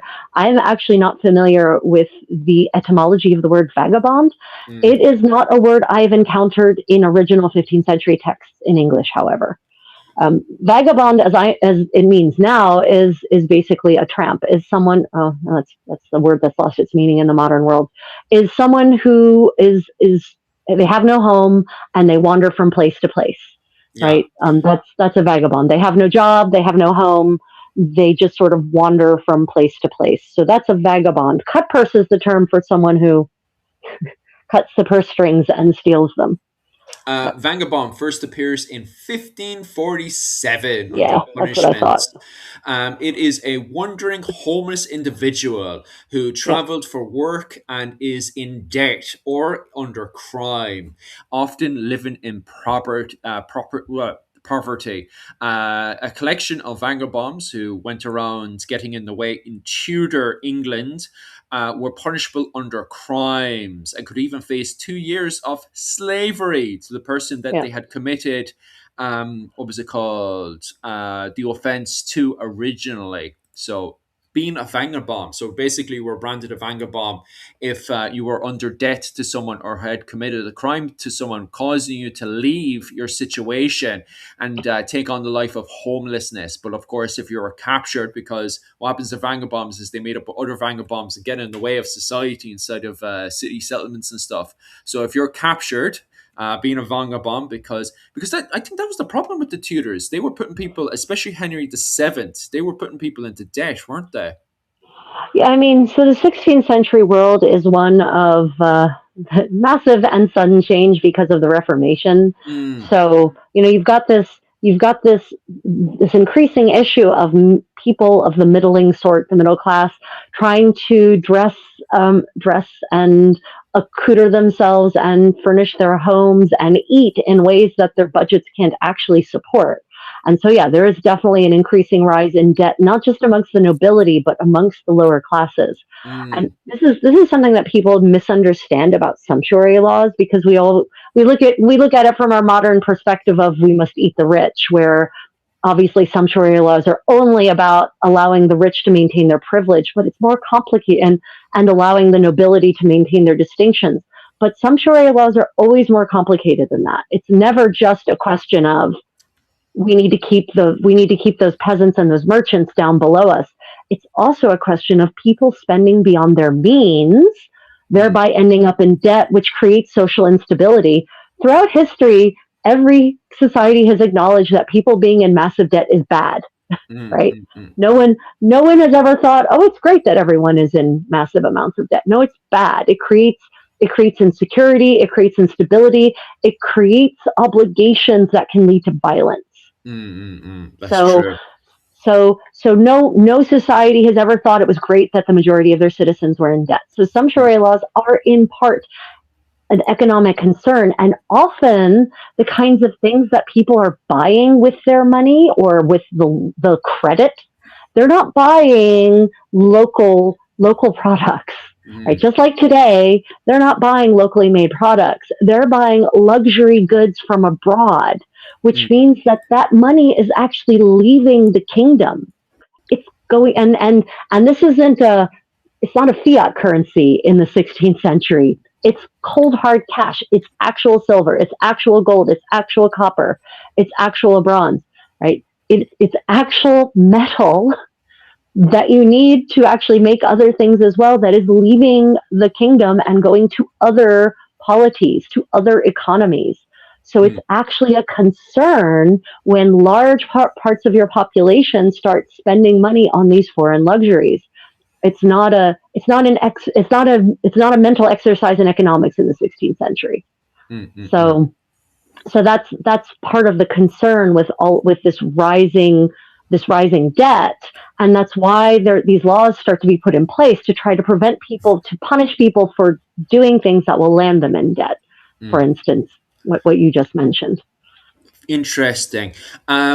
So there is a massive difference between what they refer to as a hedge knight, which seems to be, we don't know if it originally was in the 15th century or if it was a made up word in the 18th century. But regardless, a hedge knight is a knight that was unlanded, as in he has no land, and is looking for work. And these people appeared throughout the 100 Years' War, especially between that pause when Edward III has passed away, Richard II takes over, and just before Henry V comes back into France again, there's a little bit of a pause. So we see a whole load of bandits and hedge knights wandering around the countryside, which is the world that the Night of the Seven Kingdoms, the TV show, is set. Okay. Also on top of that as well, it's very interesting. Oh, and a vagabond is basically somebody who's in debt, who's gone homeless because he's in debt. And that term pops up in 1547 after the Wars of the Roses, after the 15th century, more of the 16th century, where Game of Thrones is set more during the Wars of the Roses. So that would be way after all this sort of stuff happens, okay? Now, in the show, Duncan, when he is a child, he's a thief. He's going around robbing everybody. And so this hedge knight has pity on him and takes him on as a trainee. Can anybody become a knight during the 100 Years' War? Is it a period where anybody suddenly can be, a knight decides, I'm going to train this guy, during the 100 Years' War? Or do you have to be a certain clique or somebody? Who can become a knight? I mean, so if you're talking France and England, no, not just anyone can become a knight. So there's a difference between a knight is not just a synonym for warrior, is not just a synonym for soldier. There are tens of thousands, hundreds of thousands of soldiers across 15th century Europe who are not knights, right? They are archers, they are footmen, they are pikemen, right? They are not. A knight is a very specific kind of soldier, and they are at the very least lower gentry. A peasant is not someone who is socially a peasant on the hierarchy, no matter how rich they are. They are probably not going to become a knight. But the 15th century is a turning point for this. The 15th century is where the gap between merchants and nobility has rapidly narrowed. This is already happening in the 14th century, actually. And so it's increasingly happening that well-heeled merchants, for instance, are buying knighthoods for their children or for themselves. Did the Medici do that? Because I always heard there's a bit of a kind of, where does the origins of Medici come from? The Medici they did not buy a knighthood. No. But what happened is the Holy Roman Emperor would go on progress through various parts of 15th century Italy where he was supported, and he would actually knight people. There's actually a 15th century dance master, the earliest dance master whose dances and learnings and dance manuals we actually have, Domenico da Piacenza. He is actually made a Knight of the Golden Spur by Sigismund. So Sigismund the second or third, maybe the third. So he's not a warrior though, technically, as far as we know. Maybe, but he's a dance master, so he may well have actually studied the art of. He may have studied, say, Fiore's at Fiore's sword school. We don't know. Mm. Um, but we know that increasingly people who are not necessarily noblemen or even technically gentry are getting access to that. But would that mean that just any scrappy cut purse from the streets could become a knight? No, no, no, Mm. no, no. You either needed the noble blood or you needed the coin. Okay, so yeah, so the opening to Game of Thrones more in the fantasy realm, and it is a fantasy show, so we do have to Sure, remember absolutely. that. So Yeah. eventually, and you see, this is where it gets quite interesting as well. When he becomes a squire, there's always a question: did his master knight him? Is there any situations where a squire will be in training? And if his master died beforehand, would it ever be in a questionable level if he should be knighted? Or what happens to a squire that hasn't been knighted by his master before his master passes away? Is that ever something that's in doubt during the medieval I mean, I period? can't. I can't think of any example where if a squire, if his master dies, then he doesn't get knighted when at the same point he would deserve it, right? Mm. Knighting knighting often happened in were knightings were often conducted in sort of as a mass production. It was, Ah. a lot of reenactment organizations of various kinds like to portray the knighting ceremony as this very personal, private thing, this great moment. But for most knights, you would be one of dozens, if not hundreds, who would be knighted at the same time. Mm-mm. So it was like the Domenico da Piacenza, whom I just mentioned. He wasn't just knighted in some very, very personalized ceremony. He was one of dozens, if not hundreds, who got knighted that day. Okay. So, so yeah, it's his training would continue. It's not like, oh, my master's dead. Well, I guess that's it. Yeah. If he's a squire, first off, if he's a squire, he's a member of the gentry at least, most likely. Ah. Or he comes from a rich family. So it's not like he's just going to be this homeless dude wandering the countryside now.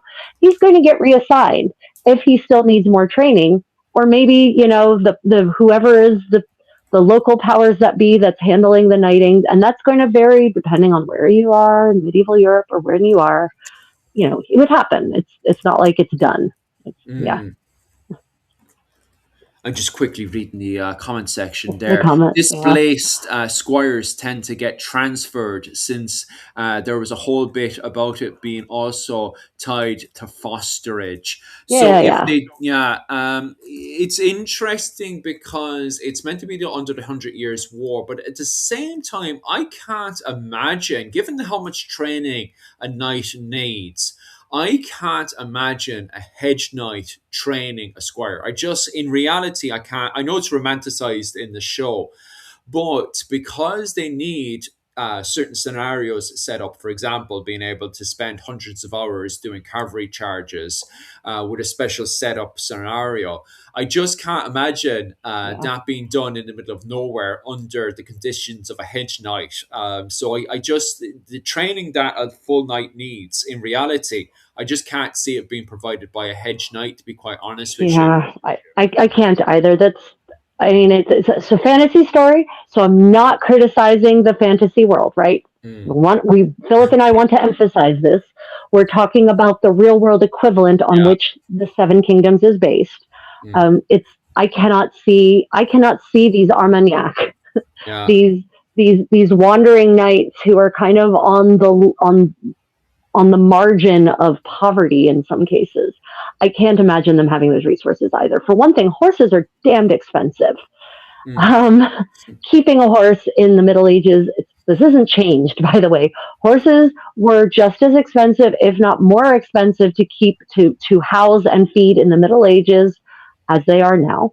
mm, So, and one of the biggest parts, as you mentioned, knighthood in the 15th century is as much about being able to is mounted combat as much as it is foot combat. yeah. So if you can't train a squire in the mounted combat because you don't have the resources to actually train him, which you'll need a horse, at least one, probably two, so you can practice on each other. Mm.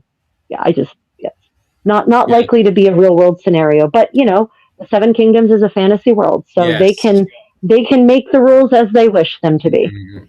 Because I don't get me wrong, I actually kind of like the romantic idea of a hedge knight wandering the Seven Kingdoms, training his pupil as they travel.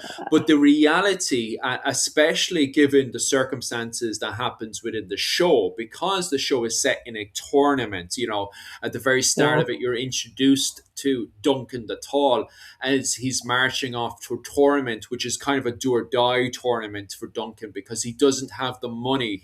He has enough money to enter into the tournament, but if he doesn't win this tournament, which becomes a romanticized do or die situation, that's it. He doesn't know what's going to happen after this. He has to win this tournament. And so you Right. can see why this tournament becomes very romanticized in the show and why episode 5, this gets on to we'll talk. I actually have to tell you about this because this drama kicked off in the last 24 hours.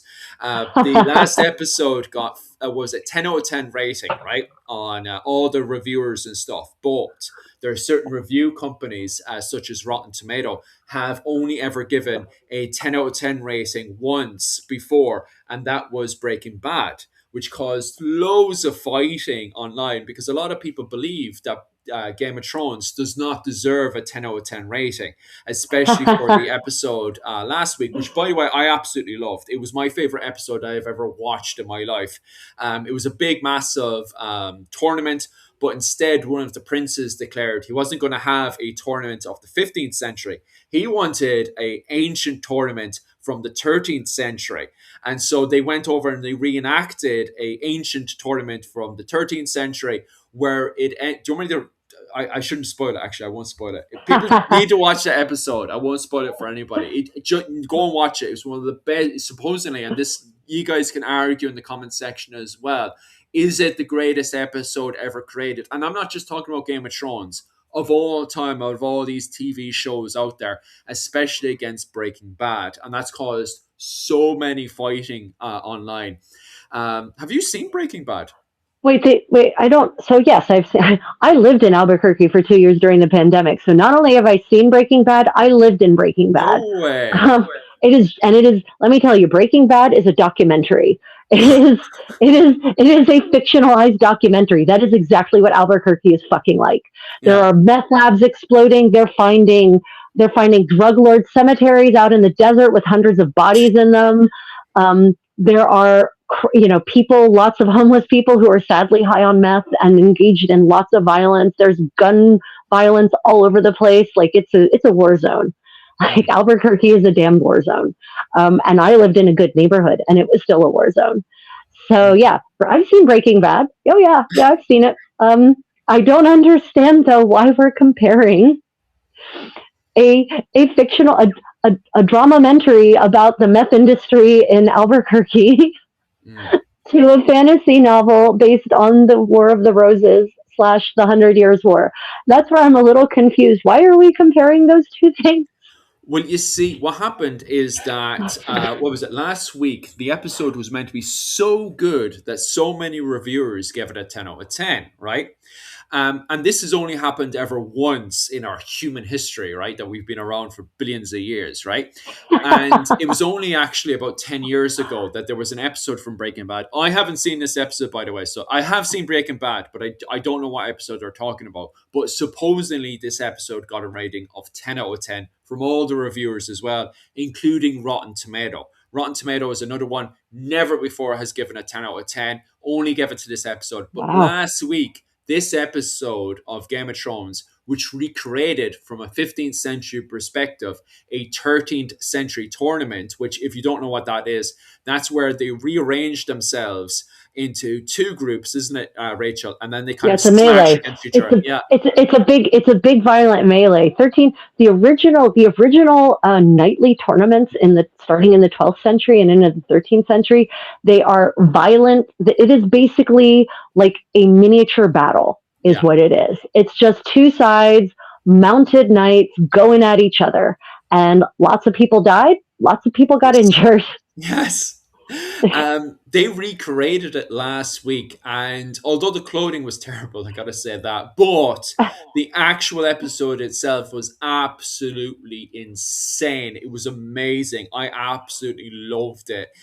If you're into all that kind of stuff, for the love of God, go and watch it, even to give your own interpretation. Because it was good. I really really enjoyed it, and I think if you're into medieval movies and stuff, definitely give it a watch. Even if you don't like it, just to have your interpretation of it for conversations and stuff, because I think it's a great conversation starter.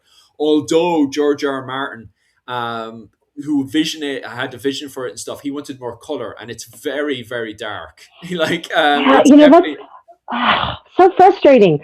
So even a medieval battlefield would have been a bright, colorful place. Mm, Also with blood, lots of bright blood everywhere, but there would have been beautiful, colorful clothing. Getting less bright and less beautiful maybe as the battle wears on, but you're mm, going to have knights in their surcoats. You're going to have their men in surcoats. Surcoat is a garment that goes over top of your armor, basically, right? And they're going to be bright and colorful. It's not going to be people in gray, right? No one had the bright idea that you should, wear dirt or blood colored clothing in these battles. And we actually know that they were. I mean, one of the ways we know that they were wearing bright colors in mm. places where they were going to get blood all over them is that the most common stain that is addressed in medieval manuals about laundry care is blood. Mm. There are multiple recipes for how to remove blood from clothing in the Yeah. Middle Ages. And I don't think it's just women and their monthly that they're talking about. So it's Yes. very sad to me that this tournament is depicted as being so just gray, And just that's not what the writer gray. envisioned. He's interviewed during his proposal for the Night of the Seven Kingdoms, saying he wanted this to be as colorful as possible, and literally quoted from the 13th and 14th century. That's how colorful he wanted it to be. So that's not George R. R. Martin's fault. That's Yeah. HBO. That's the politics happening in the background. So I don't know what's going on there. That's also a very good point as well. How is something 200 years older considered ancient? Yeah, that was a comment that was actually made in the show when the prince turned around and said he wanted this style of tournaments. He actually turned around and says, "I want the ancient tournament." But Right. I suppose because he's a young prince, that would be maybe the language he would use, because it's like the equivalent. And now Rachel Yeah. would have her own interpretation. But from my perspective, talking to a lot of young people and working with the young people as well, if you said something from the Victorian era, they would turn around and say, "Oh, that's the ancient era." So I think that's the kind of language that Prince was using when he announced that this was the kind of tournament he wanted to see. I mean, that's the kind of language that we were using in English even in the 19th century. Mm, So, there were books on historical costuming, mm, historical costume. The word costume didn't used to mean fancy dress; it used to mean clothing. yeah. That's all costume used to mean in English, everyone. But there's this book called Ancient Costume of Britain. Mm, And so you think to yourself, oh, you mean like the Iceni or yeah. the Picts or the Celts? No, no, they mean just before now, basically. So the word ancient didn't necessarily used to actually mean terribly old. In some frames, in the word French, it actually means former, like Mm, the former regime, right? It didn't mean the old regime in the sense of very like thousands of years ago. So the word ancient in modern English has taken on this very historiographical concept of modern world, Renaissance, medieval, ancient. mm, So it's a period that's 2,000 years ago ish and before. But yeah. that's not necessarily what that word has always meant. And in the Middle Ages, it definitely didn't necessarily mean Bronze Age. It Yeah. definitely, it's very authentic. It's an interesting bit of authenticity because Yeah. I definitely have read, say, 15th century chroniclers talking about in the ancient customs of our land. They don't mean the Celts who were there in the 5th century BC. They mean these customs that have just been around for a while, so they're old. Oh, So that's interesting that's detail. actually All right. that's a very authentic way of using that word in this medieval fantasy world. Yeah, yeah. Interesting.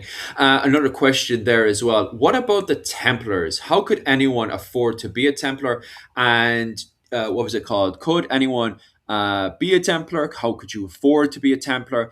And was it just, could you just be a part of the religious order to be a Knights Templar? Just within the conversation itself, in the 15th century, the Knights Templar, they're gone. Yeah, 1308 gone, kicks in and wipes them all out. We gone. do have the Knights Hospitallers, who at this Yeah, point are very active within the Mediterranean Sea, yeah. fighting the Ottoman. They're in Rhodes at Yeah, this point. yeah.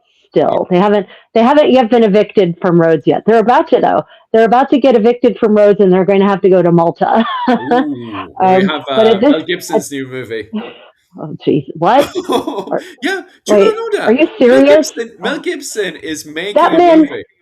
fuck him. He needs to walk away from history. Mel Gibson, walk away from history. It's not your strong suit, my friend. God damn. I love Mel Gibson. He's back in Hollywood now because it was, that clique that is part of a list we're not going to talk about. Had him kicked out the first time, but now they're He gone. should So have. he's back in Hollywood again, raising money for his new Great. movie. A racist misogynist. Fantastic. And Philip, the wrong kind of Catholic. He's the wrong kind of Catholic. He's the Catholic we don't want in our church. Well, you see, the God. problem is because he was an enemy to the clique now that's being kicked out while in trouble because of a certain. We're not going to talk about the list in the comments section. God, you're inviting trouble. But because he was an enemy to them, he's now considered the right type, by Oh, he is certain clique. Yeah. definitely not. You can there are many different ways that people can be bad. Mm. That list is not the only one. But he's Oh my god. raising money now for the siege of Malta. He wants to do not an actual siege right now. No. Just to be clear, because I know it's Mel Oh, Gibson. We know anyway. We think he's raising it for a movie. Maybe he actually wants to do the siege of Malta. oh my Just record god. it. Oh Anyway, my so he's god. raising money for that right now, and I don't know if he's actually filming. But we won't get into trouble in the comment sections. We'll calm down. Where was I? Back to yes. So they go over to Jesus. Malta, but back over to the Knights Templars. So Knights Templars, they're gone. But you could be a Knights Hospitaller. You How do could you become you a could be Knight a Hospitaller? Teutonic knight. You could be a Teutonic knight. Yes, you could. You could be on crusade in Lithuania. Hmm. Is that still going on in the 15th century? That's just wrapping up in the No, it's 15th done. century. Oh well, no, Oh, yeah. I mean, there's the Battle of Teutoburg. Yeah, yes. they're still doing stuff there. Yeah. There are still crusades in the Baltic states happening Yeah. in the 15th century, but it's coming to an end rapidly. It reminds me actually because they were talking about that with Kingdom Come Deliverance 3, or it's going to be a side game where they actually want to do the final battle of the Teutonic Knights. So you're right, that is coming to an end. If you're watching Knights of the Seven Kingdoms and also what was it called? Kingdom Come Deliverance 2. They are setting up for that. Big. It's meant to be a Right. huge, massive battle. I can't remember what it's called. I've covered the battle a few times, but the name of it's all in my head.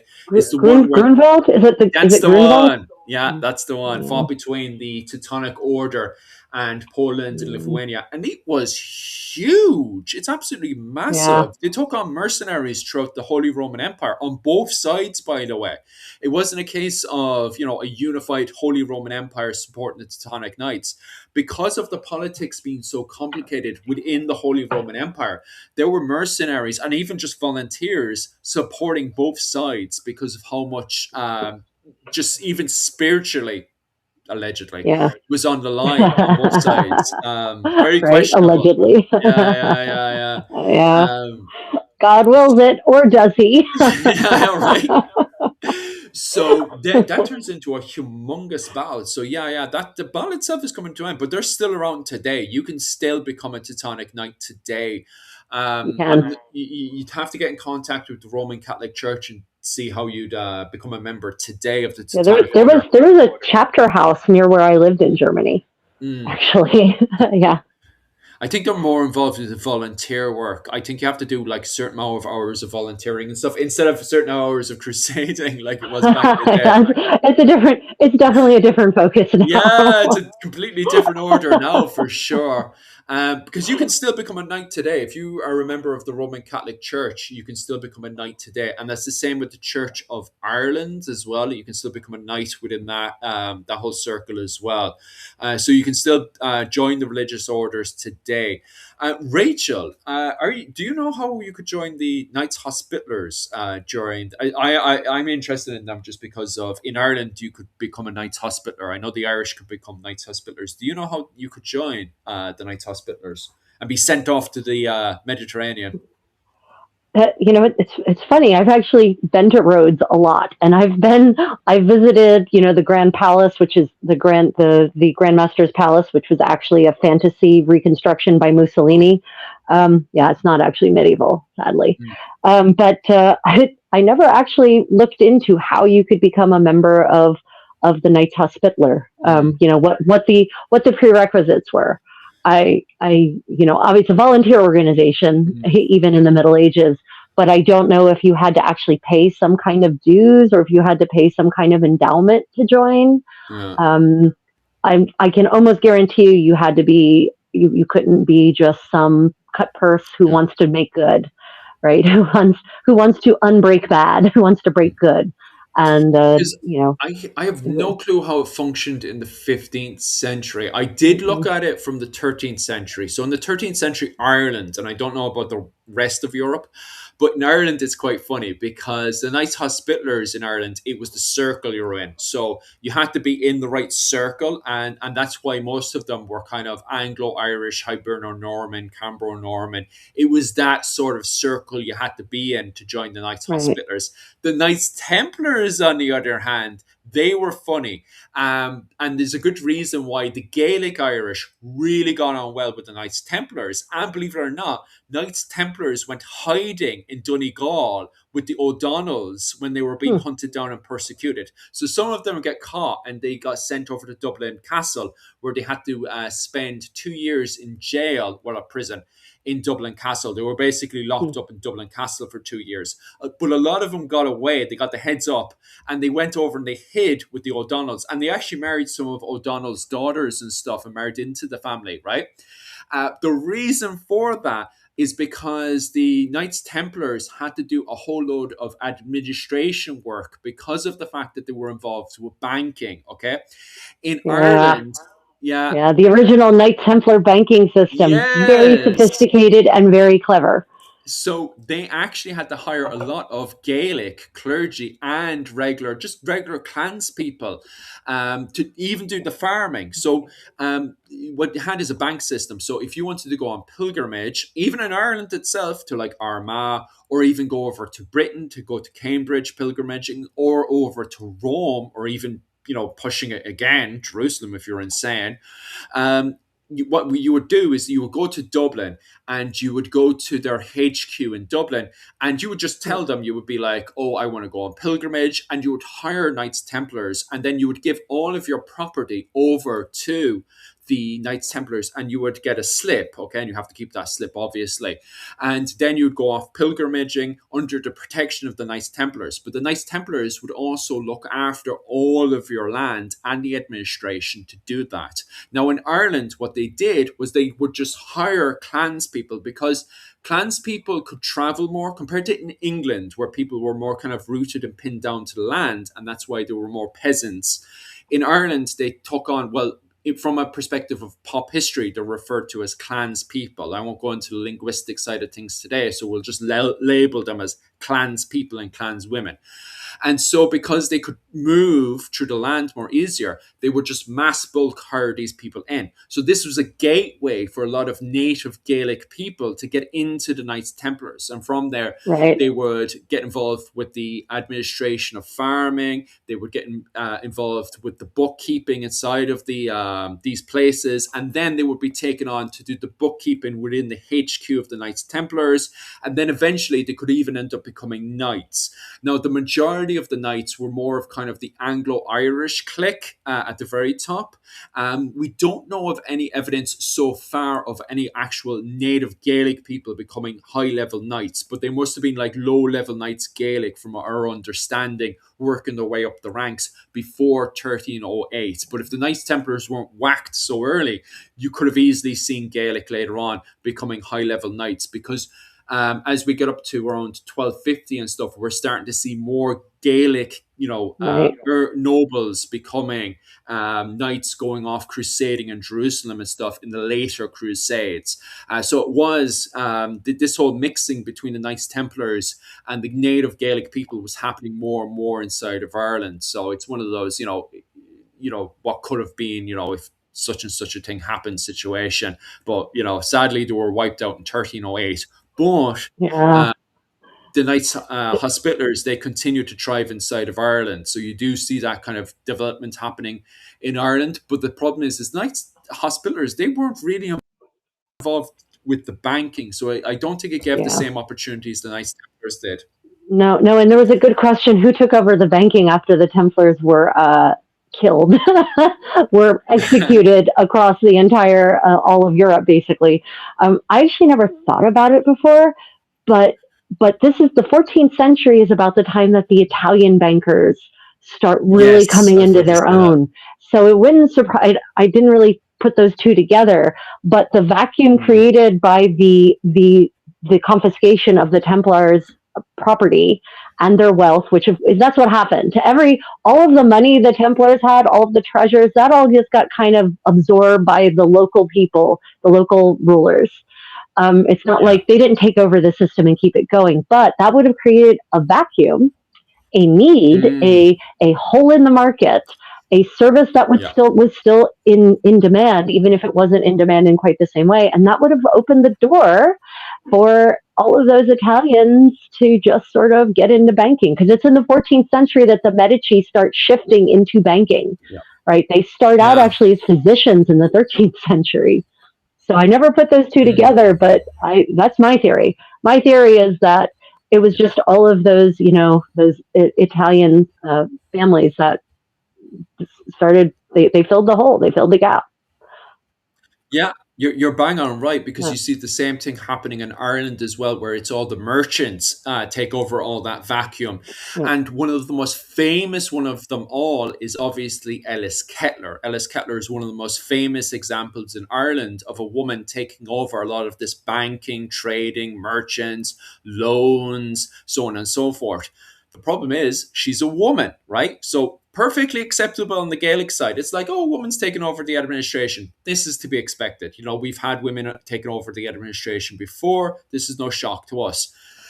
The English perspective of a woman suddenly taking over all this administration from an old French religious perspective was witchcraft.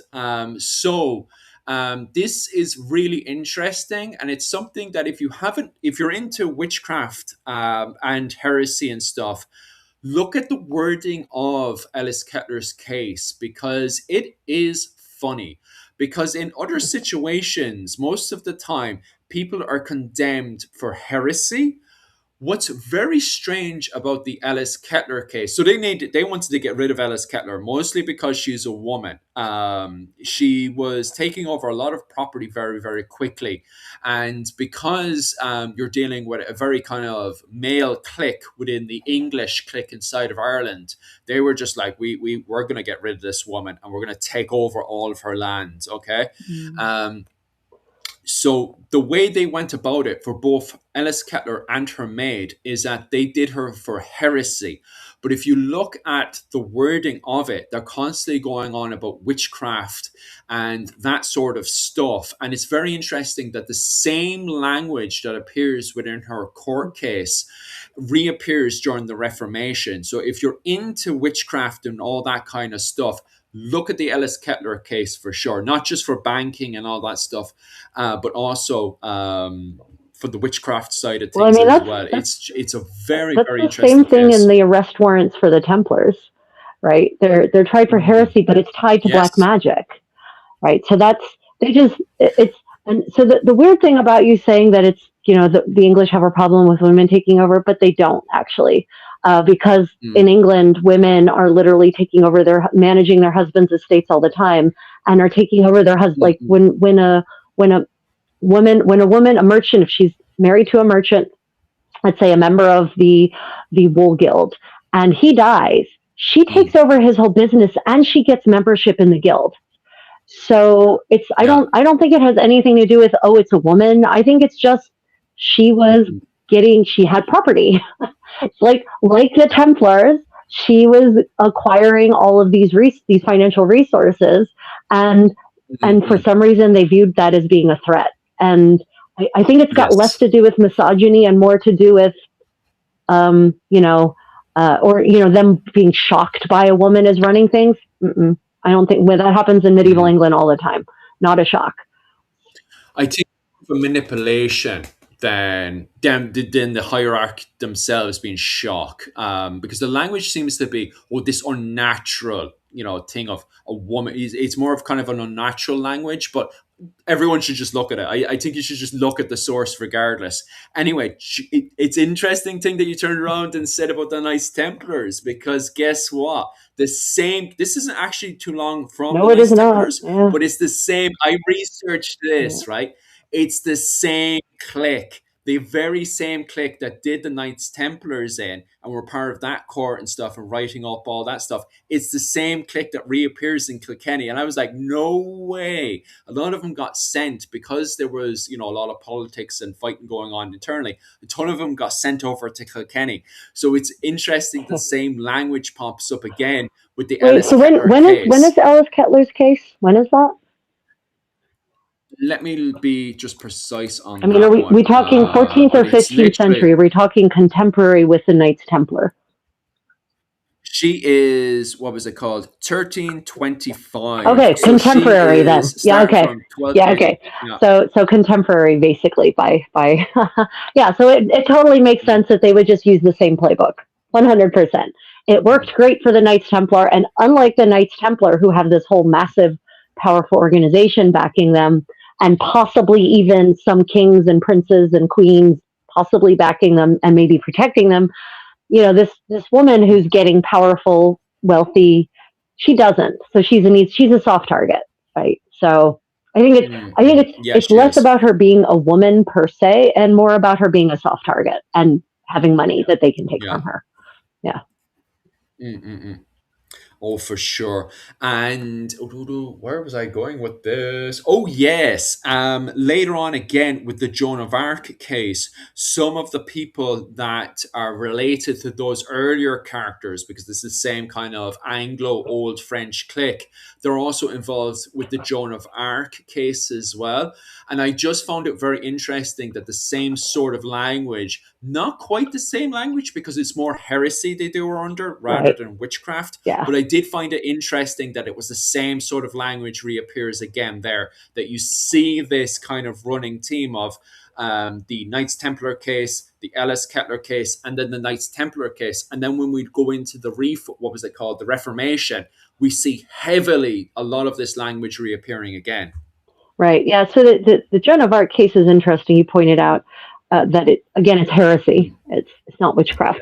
But I think this is one of those more medieval myth busting time, Philip. So the witch trials that people think are medieval, in quotes, and I don't mean that as a period of time. I mean, witch trials are so medieval. They are so not.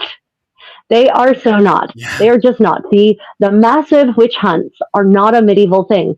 That's a modern thing. That's a 17th century thing, starting in the 16th century, but reaching its apogee in the 17th century, not medieval. And that's because in the Middle Ages, magic was not viewed as universally, as the practice of magic, rather, was not viewed as universally and automatically associated with black magic, or associated with the devil, or associated with evil. There's a lot of magic being practiced across the Middle Ages, across Europe, that is actually tied closely to the power of the saints and the power of the Virgin and the power of Jesus. So basically, it's viewed as a way of another way of channeling heavenly powers, and is not automatically viewed with either suspicion or disdain. So it would not have made sense to a 14th or 15th century court. If you want to convict someone of something, it makes total sense to convict them of heresy. It makes no sense to just convict them of witchcraft per se, because, or performing magic, because performing magic in and of itself isn't viewed as a bad thing. Performing magic to kill babies is viewed as a bad thing. Performing magic to kill your sovereign, like, how you use it matters. And so, I'm confident that in some conversation the English and the Burgundians had about Joan of Arc, right? They were like, well, I could see this conversation. We could maybe accuse her of being a witch. Yeah, but what evidence do you have of evil doing? Oh, okay. Heresy. Oh yeah, heresy. That's easy. We can make shit up for heresy, right? So yeah, I think it's really key that the Templars are accused of heresy, specifically because they're performing black magic, right? They're in league with the devil. That's different than just performing any normal kind of more benign magic. And the same thing with Alice Kettler, right? She's, as you say, she's accused of heresy, but there's some implication that there's some kind of magic she's doing that's not the right kind. Yeah.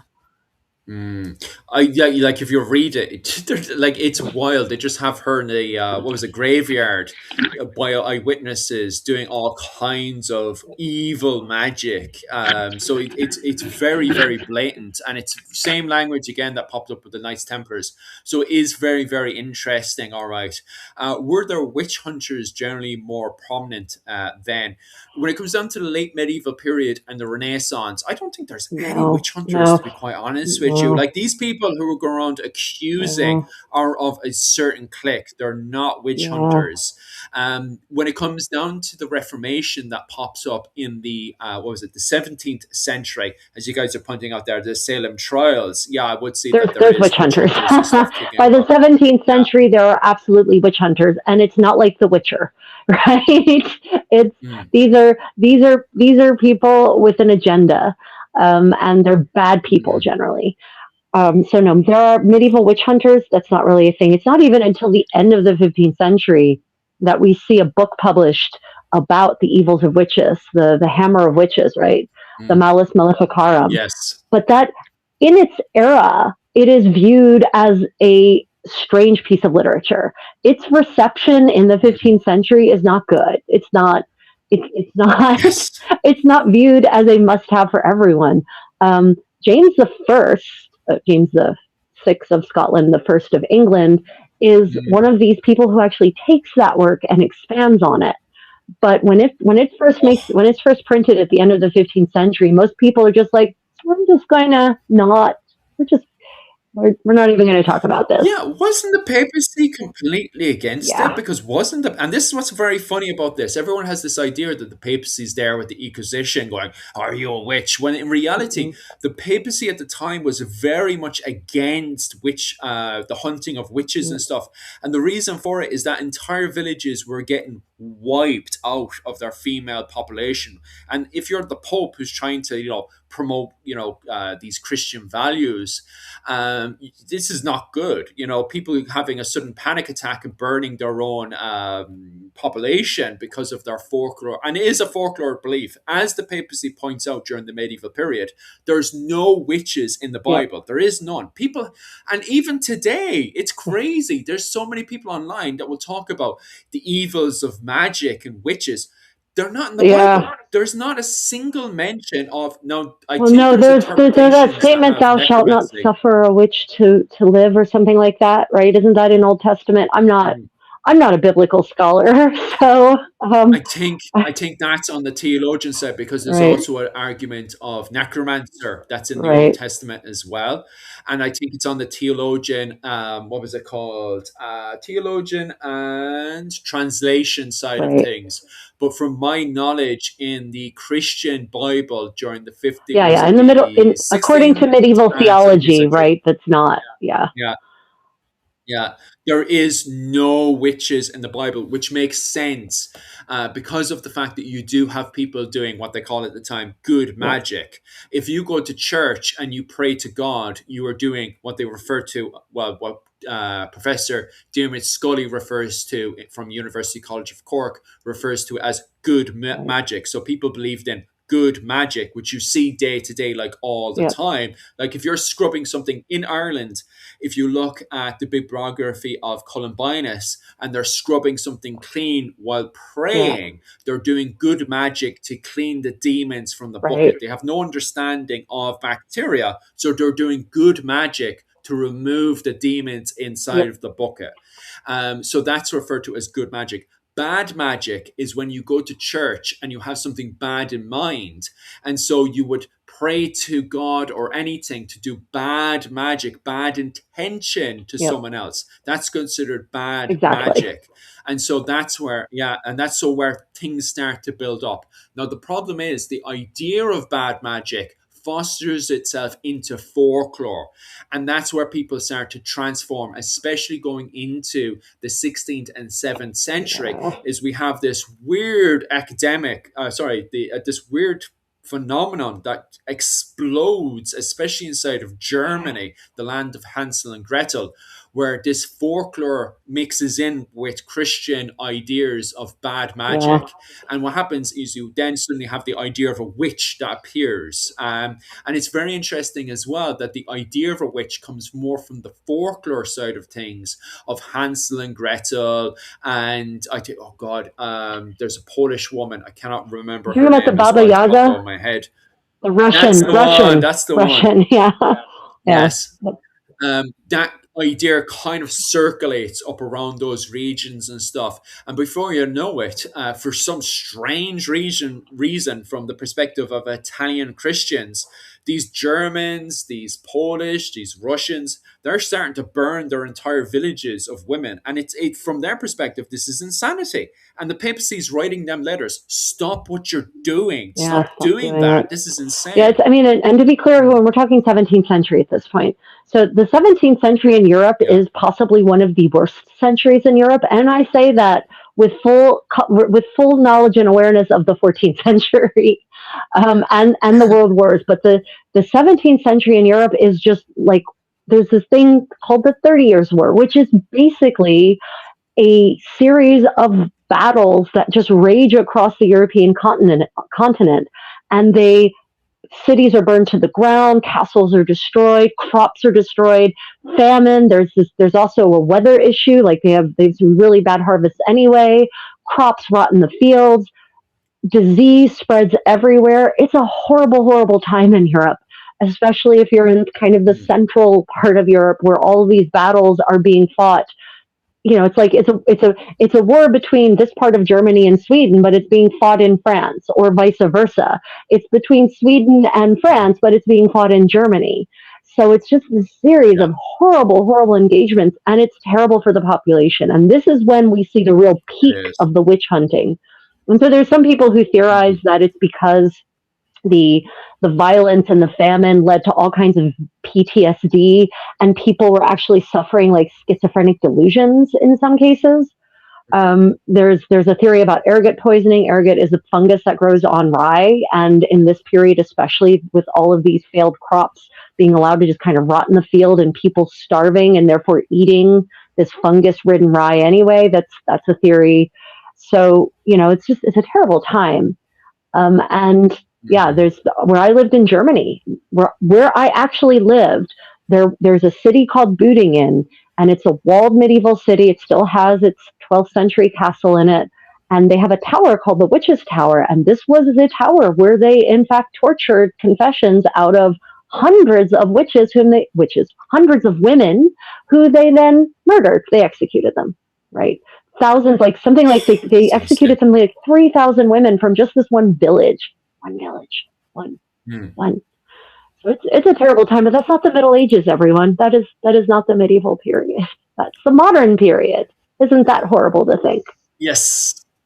It is. It's so funny because we see the medieval period as being bleak and dark. We seem to forget that the world goes into this nice, beautiful Renaissance. Even in Ireland, so like in Ireland, this is the period when Barathi Castle is being built, Blarney Castle is built. We have the likes of Garrod, the poet Fitzgerald. These characters are running around Renaissance Ireland in the 15th century. Myself and you have done endless amount of research at this Yeah. point into 15th century Ireland, and is beautiful, is gorgeous. And then suddenly we turn around into the 15th, was it the 17th, yeah, 16th 17th century? century is where it gets real dark. Yeah, and it is just, especially in Ireland, we have the Cromwell. Yeah. Cromwell invades into Ireland. It is dark. It is bleak. It is horrible. Yep. Look at the clothing alone. Look at the clothing of the Yep. Renaissance. Look at the clothing of the Reformation. The definition is huge, Maybe if they dressed in more nicer clothing, they wouldn't be so depressed. Funny enough, there's actually recent research saying it's actually the music we listen to causes us to have an up or down society. In 2016, the economy in America was actually booming in 2016, Yeah. but music in 2016 was very, very happy. They were actually releasing a lot of happy music in 2016. After 2016, going into 2017, they started to release more sad music, and the economy and everything in America started to go down. So they're starting to wonder now: does music affect people's work Well, progress? it's a chicken Which and is egg very interesting. question, isn't it? Yeah, it is, isn't it? I would actually So, posit that it's the other way around. That the music gets okay. depressing when life gets depressing. Right? If your economy starts Mm, collapsing, your music starts reflecting that. But yeah, I yeah, haven't seen yeah. the study, so Definitely was I'd want agree. to see how they if they really carefully analyze that data. But Mhm. But there was definitely agree in the fact that people were happier and did better when they dressed in the Renaissance compared to the Reformation, when they're dressing depressing. well, Like, the thing is that big changes happen in the 16th century, and it's not just religious. So there are massive political okay, changes in Western Europe, not just in England, in France, in other places. What happens is, until mm, that point, in many places, they had what were called the commons.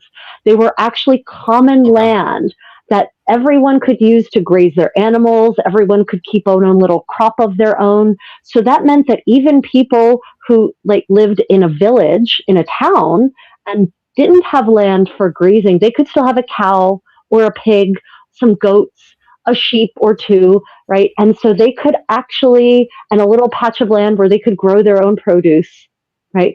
But in the 16th mm, century, those lands are enclosed.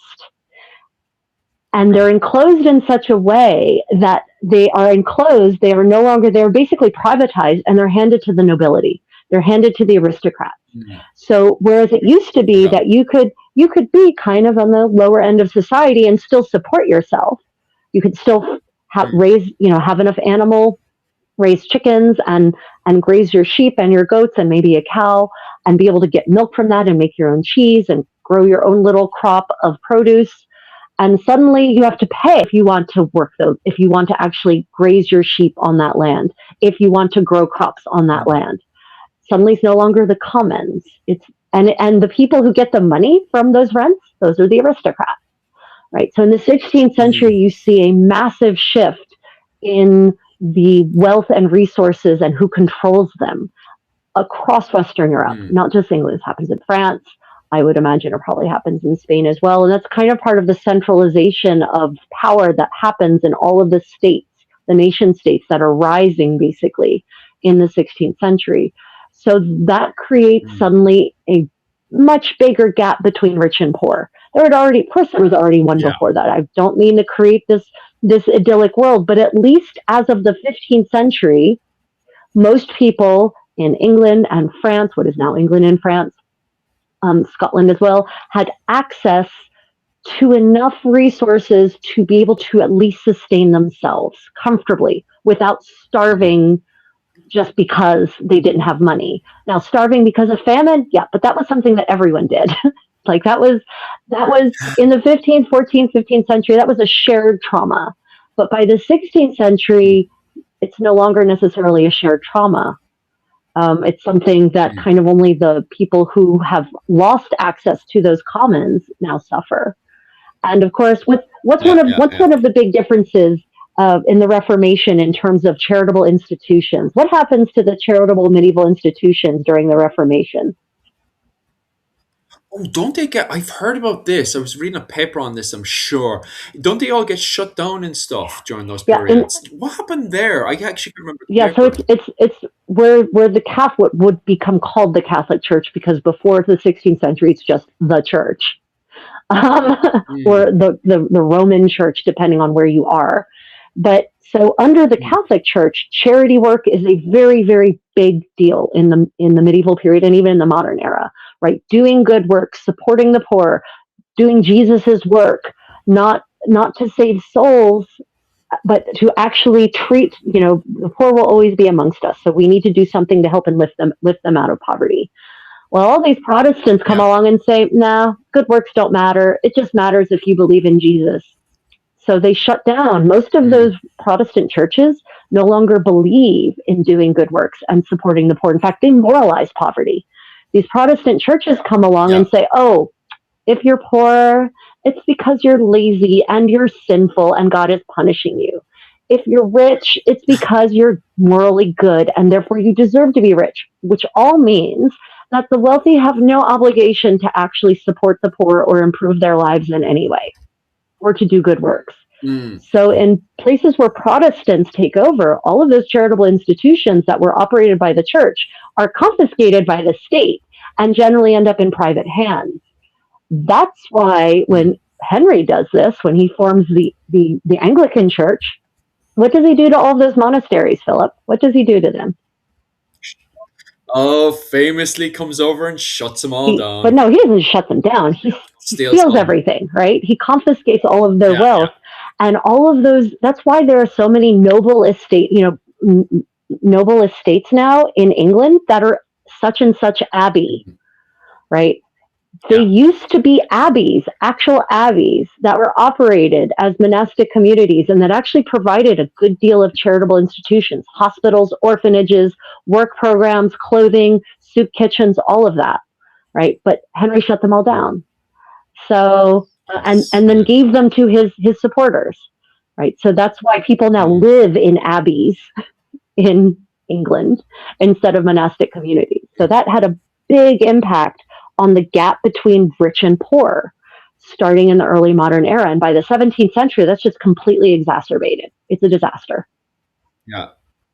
Mm, mm, mm. Okay, I just want to pop back into the comments because we have some amazing comments popping up, and I want to thank everybody for the comments so far. Obviously, feed them below, especially now, and I'll go through them. Just heading over to Instagram now. I apologize for anyone I didn't answer in the comment section. I have brilliant comments from Scottish people, American Scottish people, and Scottish people in Scotland, just highlighting the Highlands during the Reformation and the 15th century. And were there anyone leprechaun hunters, folklore hunters in the Highlands? That would be within the church itself. So the church in Ireland and Scotland, you're broken into insular Christianity and Roman Christianity. And the papacy does not like, so what insular Christianity is, Celtic Christianity is a local interpretation, a kind of Celtic culture interpretation of Christianity, as we were saying before in Germany and stuff, where you have kind of a local interpretation of that. And that's what breeds the likes of, as you can see over in America today, the leprechauns, the fairy folk, the Tuatha De Danann. They all come from what we define as Celtic Christianity or insular Christianity, okay?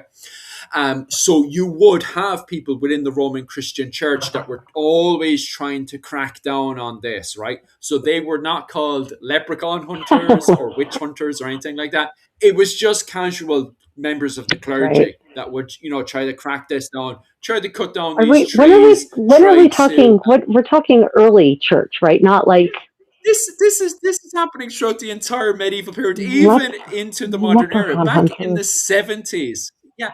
In this, well, I don't think I've never come across anyone called leprechaun Oh, okay. hunters. Maybe in Oh, okay. America there's a That's leprechaun why I'm like hunter, I've never heard of but leprechaun hunters before. yeah, These were just members of the clergy. But even in the, get this, Rachel, even in the 70s, a local priest got a, what was it called? A axe. I went down and tried to cut down a fairy tree, right? Which originally would have been known as a Oh, tree part of the Tuatha De oh Danann, my right? He God. went over to cut it down, right? Rachel, get Oh, this.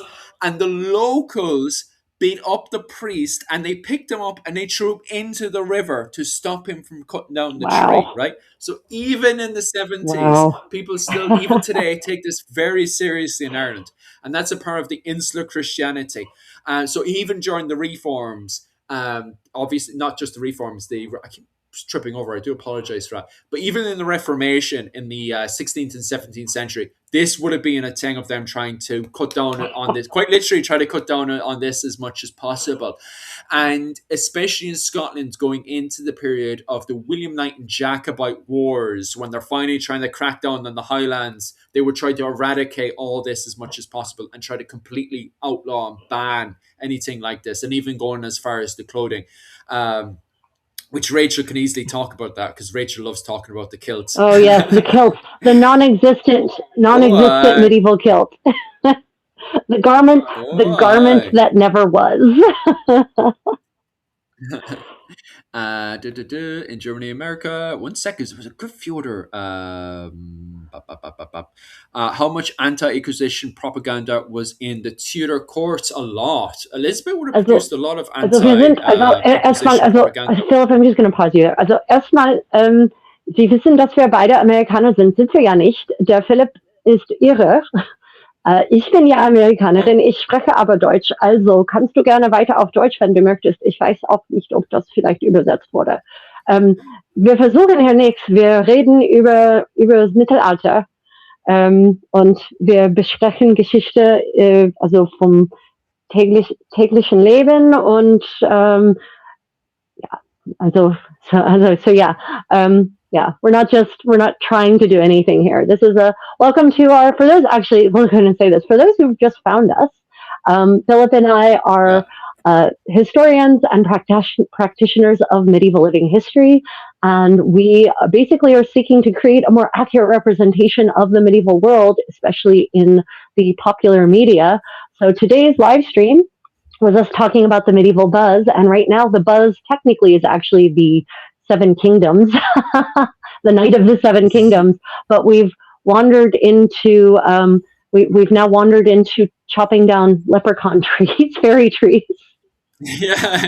In Ireland. We have, haven't we? Also, du möchtest dich nicht schlecht fühlen. Also, don't feel badly. It's okay. It's fine. He has. I don't know if it's being translated or not. But on your side, and I don't know if it's being translated on my side. But we were basically accused of being two Americans, and I just had to make sure that no one thinks you're an American. Me? Oh no, you're gonna make the Americans mad. I was one time, where was I? I was somewhere anyway. I think I was in Alabama or somewhere, and there was two New Yorkers with me, and there was a person overseas, and they came over and started asking if I was from New York. And oh my God, because I was with two New Yorkers, they absolutely lost it at them. Because, like, to an American perspective, my accent is very Irish. Maybe you guys think, I don't know. Rachel, what do you think of my accent? Do you think it's a New Yorker accent? No, your accent is so Irish, and I love how when you're doing your shorts, you make your accent even more Irish. Like that's me trying to be clear. You Irishize your accent when you're doing your shorts. No American would ever mistake you for being an American. I'm from New York. I don't know what you're on about. I always love it when somebody's telling me, "Oh, you're not Irish," and I'd be like, "Yeah, okay," and they'd be like, "So where are you from?" And I'm like, "I don't know. Where am I from?" Like, I don't know how to answer that. It's not like I because, like, if I'm not Irish, then it's like, oh well. Like, obviously, being Irish is important to me. But I don't care if some randomer thinks I'm Irish or not Irish. So when they tell me, "Oh, you're not Irish," I'm just like, okay. And then they're like following up with, "So where are you from?" And I'm like, obviously not Ireland. No, you're not. Yeah, like, it's like, how do I answered is like, I don't know if anyone else has ever been in that situation where it's like, not only do you have to explain where you're from, but you kind of just don't care. It's kind of like, can you go away now? Like, where are we're you not going to from? wrestle here. For us expats, immigrants in other countries, where are you from can be a complicated. People ask me that all the time. Where are you from? And does that question mean where was I born? Where was I raised? Where have I spent the majority of my life? What does that question really mean? It can be a really hard question to answer, actually. Yeah. I don't mind when people ask me where I'm from. It's when they lead it up to, you're not from Ireland. It's like, okay. Like, well, how am I supposed to, like, why would I even turn around and lie about that? And secondly, like, how could I just, like, continue the conversation if you want me to elaborate on where I'm from, but you're denying where I'm from? It's kind of like, okay. And this has happened a few times. It's not like this happened one or two times. And I think what they expect is a Dublin accent. You know, they think every Irish person has a Dublin accent, not realizing I'm from kind of, you know, the northern Cork area. And Cork alone has dozens of different accents, even in small city areas. Like, it blows people's minds that you could walk down the road in both Britain and in Ireland, and someone will talk completely different. So it's a bit wild like that. Yeah, if I guess I have a lot of Irish friends from all over Ireland, and I recognize all the different Irish accents.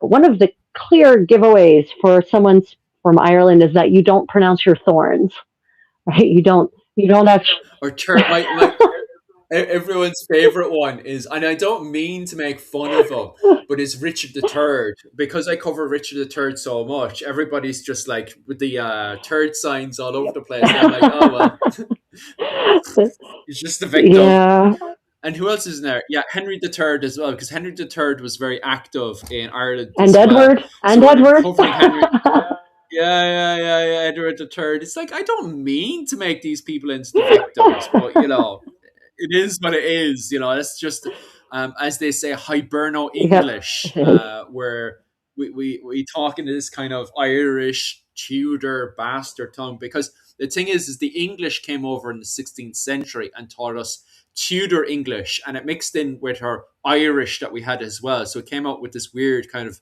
bastard kind of accent instead of this Victorian accent that the English have today. Because then the English during the Victorian era, when they were half starving us, decided to reteach themselves English. So now they have this kind of English, kind of Victorian accent.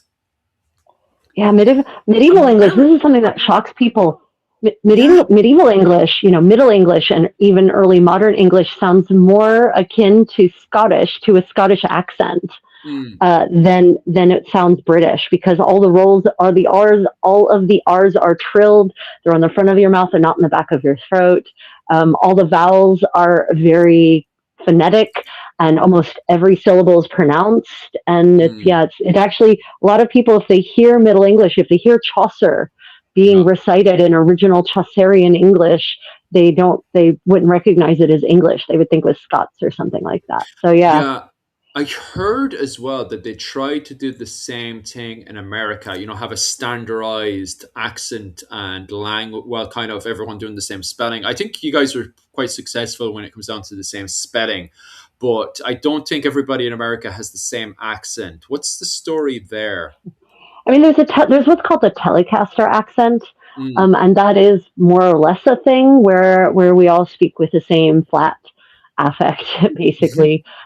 You don't have any of that the local twang, as it were. So yeah, this is called the Telecaster accent, but it's not drilled into anyone except for people who are on TV, basically, Yeah. who read the news. And of course, as we're moving away from standard news services like that, that's probably going to die out too. Now that we have YouTube, for instance. Mm.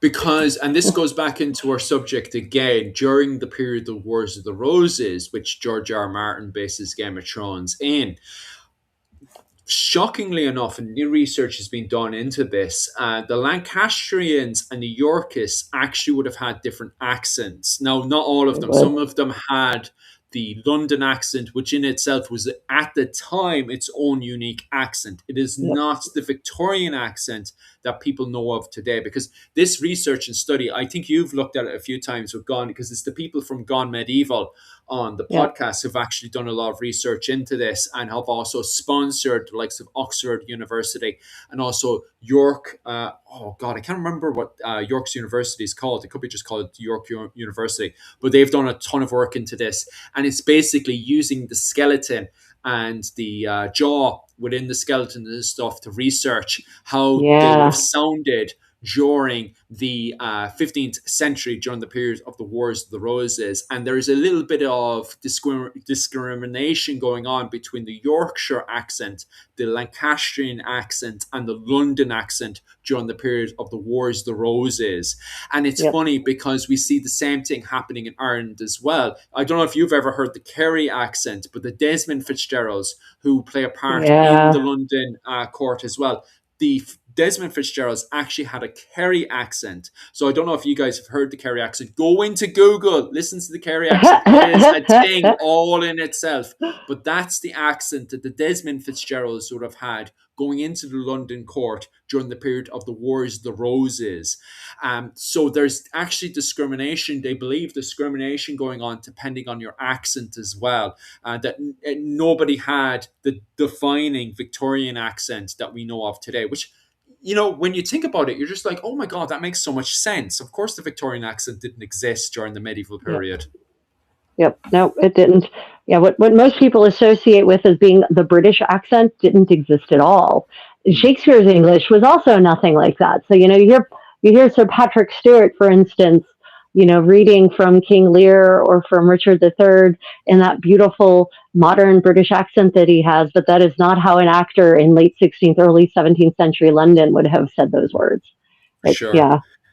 Kerry the Kingdom. Oh, aye. The comment section know it too well. Rachel loves studying Kerry as well because of the fact it's the bog trotter territory. So anytime she's looking at what's going into the realm of Desmond Fitzgerald, she has to be reminded that Desmond Fitzgerald would go outside of his castle and just walk into the bog and just relax and chill out. So he's got all this beautiful clothing being traded in from Florence, and then he's just bog trotting around Kerry, the kingdom. So you've always liked that image. Yeah. That's what Yeah. they call themselves. I love the idea of medieval barefooters in Ireland, right? Right now in Asia, you're in Okinawa, I'm here in Daegu, South Korea. There's barefooting is really big here in Korea. I don't know if it is down there in Japan as well, but I suspect it might be. Yeah, to a certain degree. Basically there's all these paths that are specifically built for people to walk on barefoot and to actually, exercise the muscles in their feet. So I just love the idea of these hipster 15th and 16th century Irish noblemen jaunting about the countryside, in the bogs, basically with bare feet, but still wearing all these nice clothes, but bare feet. It's great. I love it. It's fantastic. How Norse are modern Irish compared to the rest of the Isles? That is modern Irish. That's a quite complicated one. If you're talking about ethnic wise, it depends which DNA testing you're doing because, as Mihal from Clans and Dynasties has pointed out, Yeah. and you can ask him on the weekend, he'll turn around and tell you actually surprising and shockingly. And Rachel will probably expand on this a wee bit more, is that they did DNA testing on the likes of the Copper family and MacLachlan's, and they actually found no Norse ethnic DNA in them, which was very surprising because of the fact that they were very much within the Norse clique at the time. A lot of families it seems more like the majority of the Irish Vikings in Ireland, that is, people living in Dublin, Cork, Waterford, and Limerick, were people who immigrated from the Irish side into those areas. That it may have been a very small Norse clique that went into those areas, and then the majority of the people that went into those areas were actually Gaelic. Okay, so I know people imagine just huge, massive 7,000 Vikings moving into those areas and taking over, but it was most likely probably just the elite men of Luckland, men of Norway, that Ivor the Bonus, that moved into Dublin and then did the administration of local people. And on top of that as well, like if you're thinking from the perspective of being a I know we don't use the word peasant in Ireland. It's really, really frowned upon. Clanspeople is what people prefer from the pop history interpretation. If you're doing the farming and you're sick of farming and you'd rather go Viking raiding, you're going to go to Dublin. And that seems to be the case, that people that want to take on Viking raiding would just drop their farm equipment on the floor and just run away to Dublin and become a go Viking. That's where the term comes from. Viking is an action; it's not an actual Yeah. word for a person. So they would the idea is that an Irish person would just get sick one day and they would just run to Dublin and join a war band and go off raiding for the summer and then just live off of the spoils. So ethnically, DNA testing has shown that there is very little actual Norse DNA in Irish people today. But that research and study is still being carried out. So it's an Yeah, interesting one. and the other problem, and we've talked about this before, and I'll say it again. Um, DNA testing is not as clear cut as people think it is. There Yeah. is not a map of specific genes that where the gene lights up in the test. And, oh, this is an English gene. This is a Norse gene. This is a gene for Ethiopia. Now, what happens is as more people get tested do DNA testing in areas, they come to associate certain key markers with people who predominantly come from a specific region.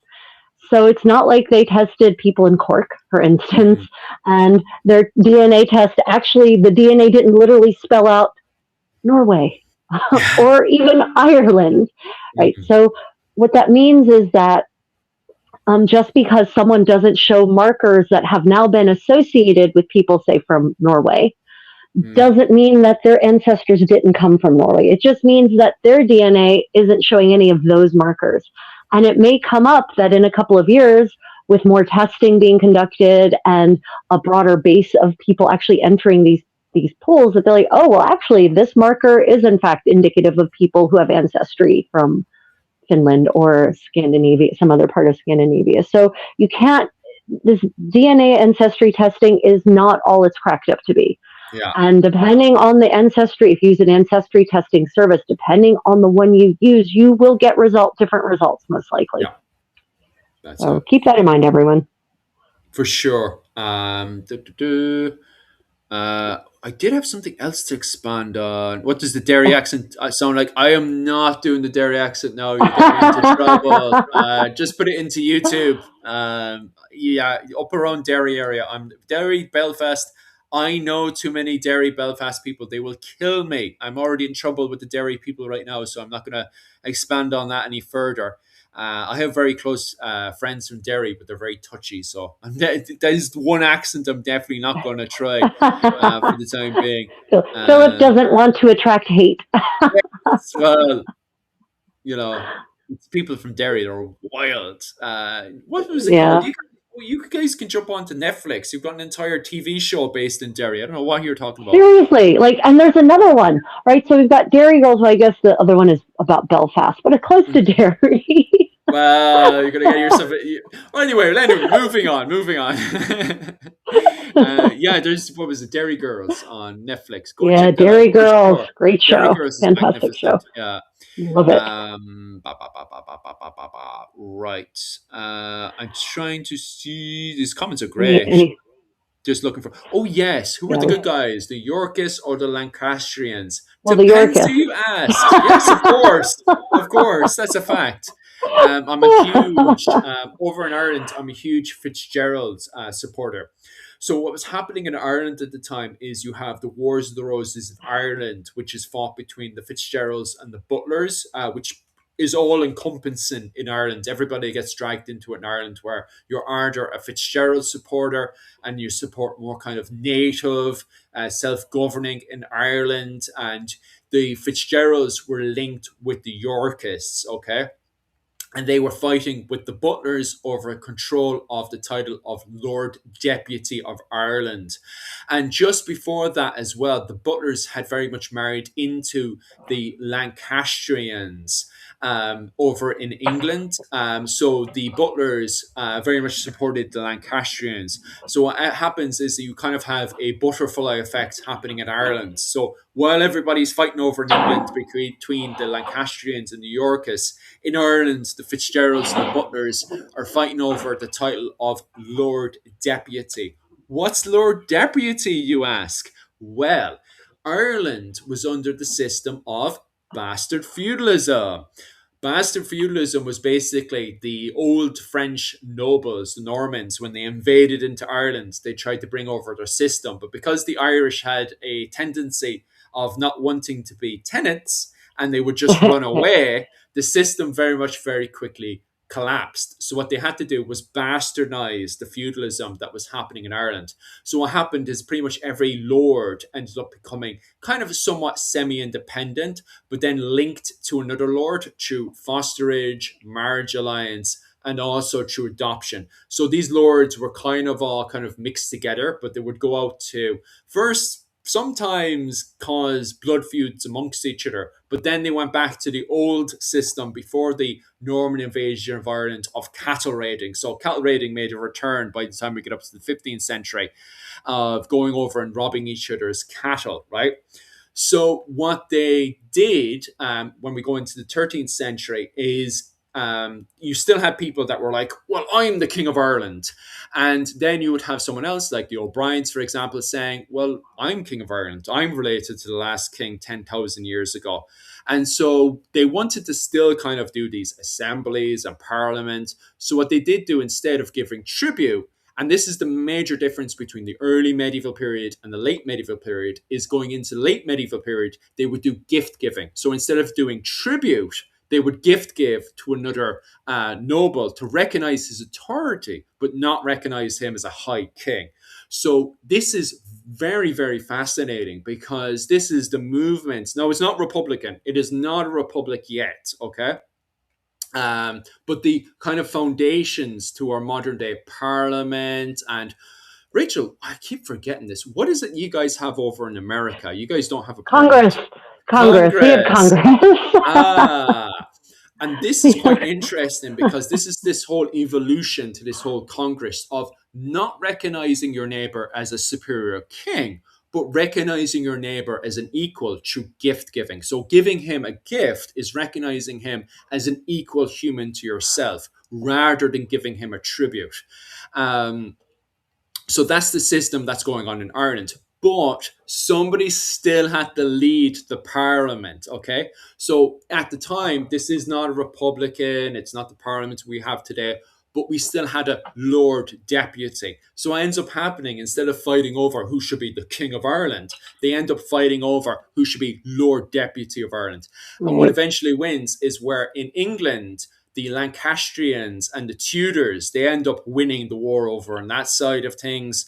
In Ireland, the Fitzgeralds end up winning that side of the war. And when Henry VII, because Henry VII recognizes himself as Lord of Ireland because the papacy said so, he comes over to Dublin and he can't take over Ireland because the Fitzgeralds have taken over. So he turns around to the Garrod Fitzgeralds because they kind of bump into a stalemate because the Fitzgeralds invade over to England, the Tudors invade into Ireland, they bump into this sort of stalemate. And so Henry VII turns around to Garrod Fitzgerald and his Lord Deputy title and says, you're a king, all but in name, which is very fascinating to say. So that's kind of the system that's happening in Ireland. Yeah, every lord was a high king of Ireland. That's what happens in the late medieval Renaissance. Most people don't believe in the so-called ruling class. Unfortunately, across history, even if we don't have an official ruling class, we end up with a ruling class. Please look at the United States today. Yeah, it seems humans seem to eventually gravitate towards having a ruling class. Now, whether we call them aristocracy, whether we call them, chieftains, whether we call them oligarchs, whether we call them movie stars, whether they're elected officials. We just always seem to go that way, don't we, Philip? No matter what. Oh, definitely. Thank you so much for the super chat over in Rachel's side. Thank you so much for that. That's awesome. Thank you. Really appreciate that.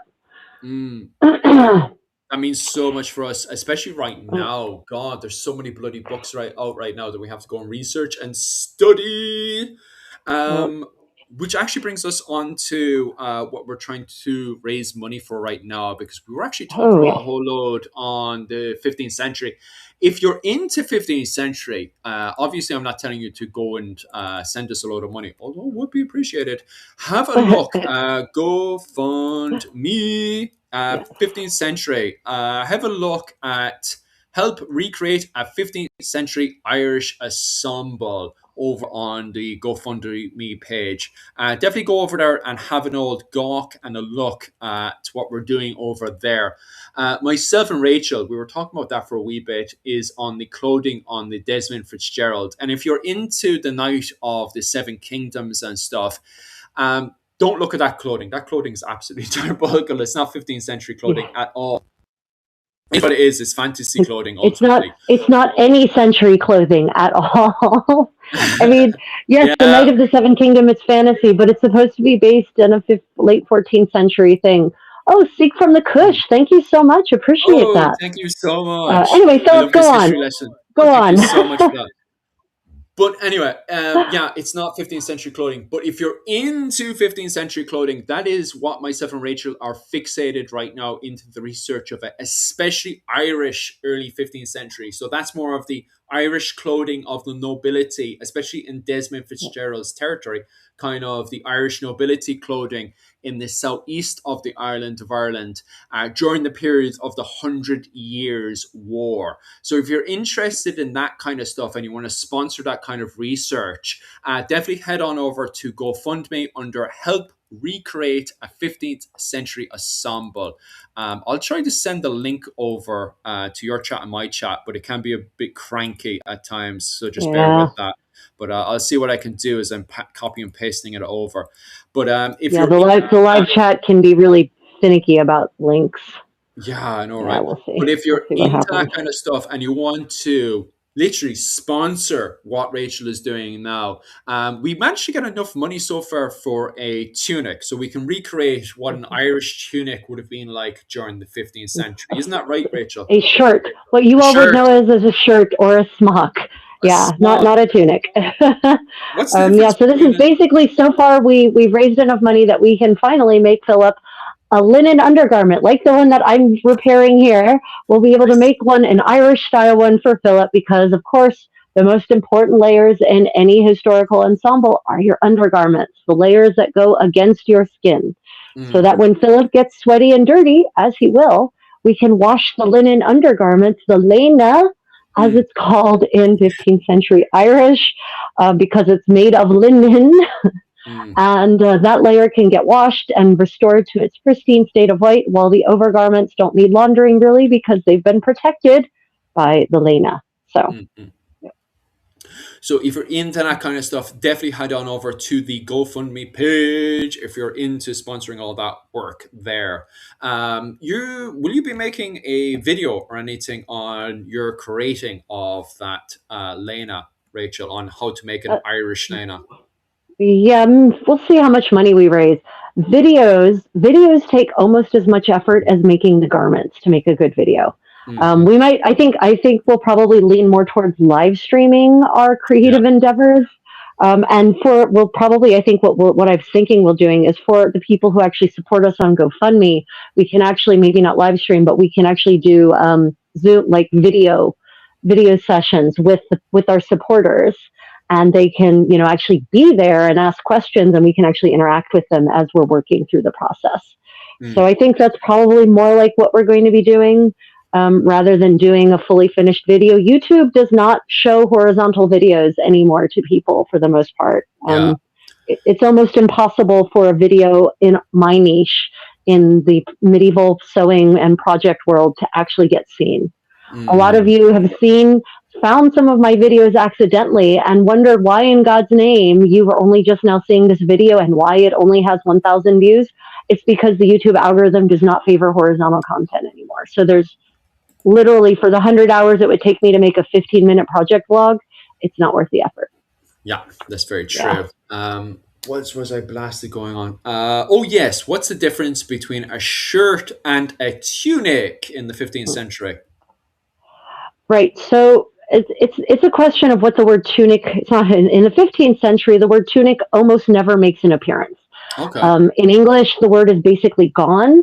Tunica, the Latin, still appears in official documents like wills and inventories, where it has a lot of different meanings. It's not even used consistently by clerks Mm, because the reality of language is that the people who are often the clerks who, for example, are recording about the goods that are found in a household upon someone's death isn't necessarily a fashion expert. He's just a mm, clerk or she's just a uh-huh, clerk. And so they might just use the same word in Latin because they're usually documenting this stuff in Latin. mm, They might use the word tunica to describe three different garments, three different kinds of garments. mm, So a tunica could be anything from the smock, the undergarment, to a fitted garment like this, or to an overgarment that's less fitted.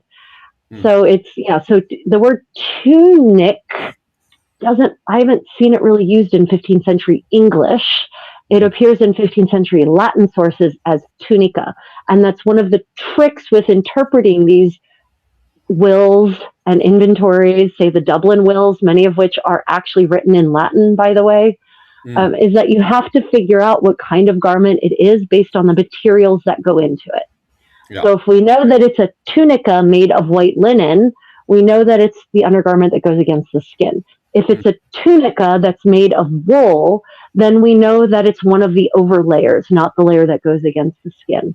mm, So yeah, the word tunic over history has had a variable meaning, mostly a garment that goes over your body that isn't generally the layer worn against your skin, mm. and it may be more or less fitted. Yeah. So it's like the word shirt, right? There are different kinds of shirts. There are different Mm. lengths of shirts. There are different fits of shirts. Dress. What is a dress? Right? There Well, are I always different shapes thought, to a dress. yeah, I always thought dress was just for women and stuff, isn't it? Well, I mean, but even then, the word dress, there's there's dozens of different things that could be dresses. Mm. Sundresses, mini dresses, maxi dresses, midi dresses, Ah. wedding dresses, evening dresses, tea Mm. dresses, right? Like dress is a general word for nowadays for a garment worn by women, but the word gown, I'll give you the word gown. What does the word gown mean? Gown, isn't it just another form of a dress, or am I completely wrong? Well, in the 15th, yeah, you're right, context matters. So Yeah. in the 15th century, the word gown was not a gendered term. Mm. It was not a gendered word. Men wore gowns, women wore gowns. Yeah. And gown just meant the layer on top, the top Ah. layer, the layer that everyone would see, Mm. that layer, that the fashion layer, the Mm. beautiful layer, the most nicest layer is Yeah. your gown. Mm-hmm. Men wore them, women wore them. But gown could mean, it had nothing to do with length because you had short gowns, you had knee length gowns, you had gowns to the ground, you had gowns with trains. Mm. So, this is part of the problem with interpreting the fashion history record is Mm. we don't necessarily, the word doesn't tell you enough. You need more. Mm-mm-mm. Absolutely class. And something we could easily talk about all night long. But it's Yep, coming up to the 3 hour it is. point now. It has. So we'll start finishing up now, especially when my wife is coming home early for work and Yep. wants to go off and have Yeah. some lunch. So we'll start finishing up now. Anything else you'd like to add into the conversation before we finish up, Rachel, on the topic on Game of Thrones and all the other stuff? Yeah, so a lot of you ask me in general. You keep asking me, what do I think about this fantasy show or that fantasy show relevant to medieval clothing? And I'm just going to put it out there. If it's a fantasy show, I'm not going to judge it for its authenticity because it's a fantasy show. Yeah. Now, if you want me to look at the fantasy show and tell you how medieval those garments are, that I can do. And the reality is that most fantasy shows in general aren't. Yeah. Game of Thrones is more authentic, ironically, for medieval clothing than a lot of actual medieval historical movies are. But this new series is not one of them. Mhm. That's it. The Knight of the Seven Kingdoms is not an accurate depiction of medieval clothing or armor. The armor that I saw was very lovely fantasy armor, Yeah. not even a little bit medieval. So, yeah. But I don't judge it. I'm just analyzing it in that perspective. There's no judgment. Whereas, Philip, I have lots of real judgment for movies like The King, The Outlaw King, Oh, yeah. The Messenger, any The Duel, anything that is about actual historical people who really lived and really wore those clothes. I've got lots of judgment when Mhm. they purposefully make things that look like fantasy garbage. Oh no. And just Yeah, finish up with this question here. Would a 10-year-old prince know how to take care of a horse? I don't yes. think so. They still haven't fully finished their education yet, especially in Ireland. You don't go up to that standard of education in Ireland until you're about 14. Once you hit about 14, you should, start being able to look after a horse at that point in Ireland. Different education system to what you would get in England and France. At what point, do you know what point a person should be able to look after a horse Oh, in by England and by the France, age of Rachel? 10, most princes knew how to ride really well. So, Okay. depends on what you mean by look after. Do you mean that they Mm, knew about the running operations of a stable? Probably not. Did they okay. understand about bedding and actual like medical horse like veterinary care for their horse? Probably not. Could they ride? Yes, Mhm. absolutely. So Okay. it depends on what you mean by Okay. look after a horse. Yeah, that okay. Yeah, yeah. There is a difference there between a stable and being able to ride a horse. Yeah, yeah. That's a good way to look at it. Do we follow King? No, I do not. I do not know who that Not a is. clue who that is. No, absolutely no clue. I'll go look them up for you later. But other than that, Yeah. guys, this week my plans are I'll be over in what was it called? Patreon on next. Ooh, no way, actually, before that, I'm back over with Clans and Dynasties on the Saturday. Where we're going into more detail into our clans and families, especially during the 13th century during the period of Brian O'Neill's revolt and the Tamad Wars. So if you're interested into fighting to do with the Irish clans and what was it, Henry III, you guys absolutely love him. Definitely head on over to my Henry what was it III was called? a good king of England. He really was. Was he? Yeah, He's the enemy to Ireland, yeah, he's a so good king of England. uh, I mean, you can be more than one thing. yeah, he's very funny in Ireland. He's very very funny, and France as well. He's very funny there as well. He's a funny character. We'll put him that way. He's a very funny character. Regardless, if you wanted to go into that deeper conversation, because God, there's even if he was a good or bad king, it's a deep conversation in itself that a lot of academics actually do argue about, and we'll be having that discussion this weekend with Dr. Owen O'Neill and Mihal from Clans and Dynasties. So definitely head on over there. Saturday night, 9 o'clock Irish time. I'm being told New York time, 4 p.m., 4 or 5 p.m. But you guys have like daylight savings and all that stuff happening as well. So So somewhere around that time confusing. anyway. I I know, hate right? daylight savings Um, time with a passion. It needs to be done away with. yeah. Ugh, Oh, stop. It doesn't even exist over it here in doesn't. It Japan. just makes so much sense But for it not to exist. Oh, aye.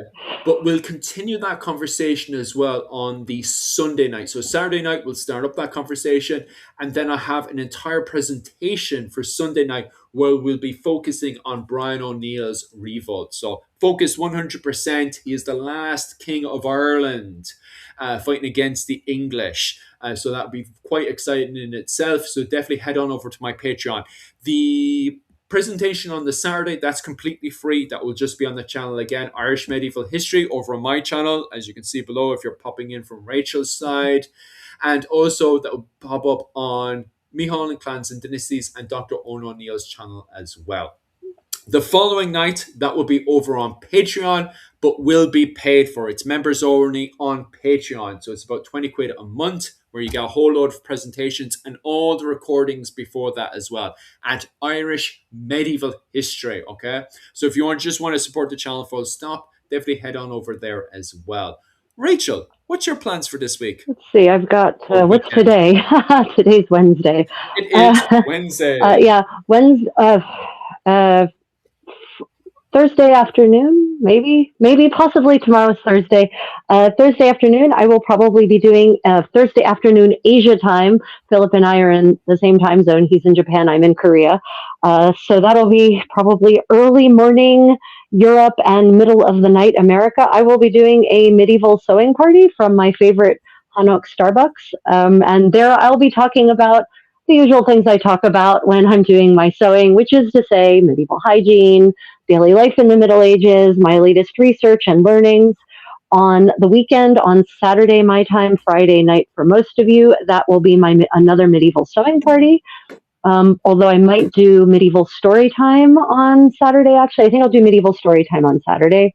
And then on Sunday, my time, middle of the night for many of you, or for Saturday evening, will be my medieval cooking party, which has become really popular. We will be exploring a medieval fast food, a fritter, a yummy, yummy fritter that is made of dried fruit and eggs, and we'll be going through making it together, seeing how it works. We'll be experimenting. I've never made this recipe before. It's the first time I've even looked at it. And we're going to be using a combination of medieval equipment and modern because I don't have all of my medieval equipment here. Yeah, so that's what's on the immediate schedule. And I have a Patreon, and for those who'd like to support my work and would like access to lots of extra content, tutorials, videos that no one else gets to see, my Creative Contessa private Discord server where we share lots of information and have really great conversations all the time. Consider becoming a patron on Patreon or a channel member on YouTube, or I now have memberships on Facebook as well, actually.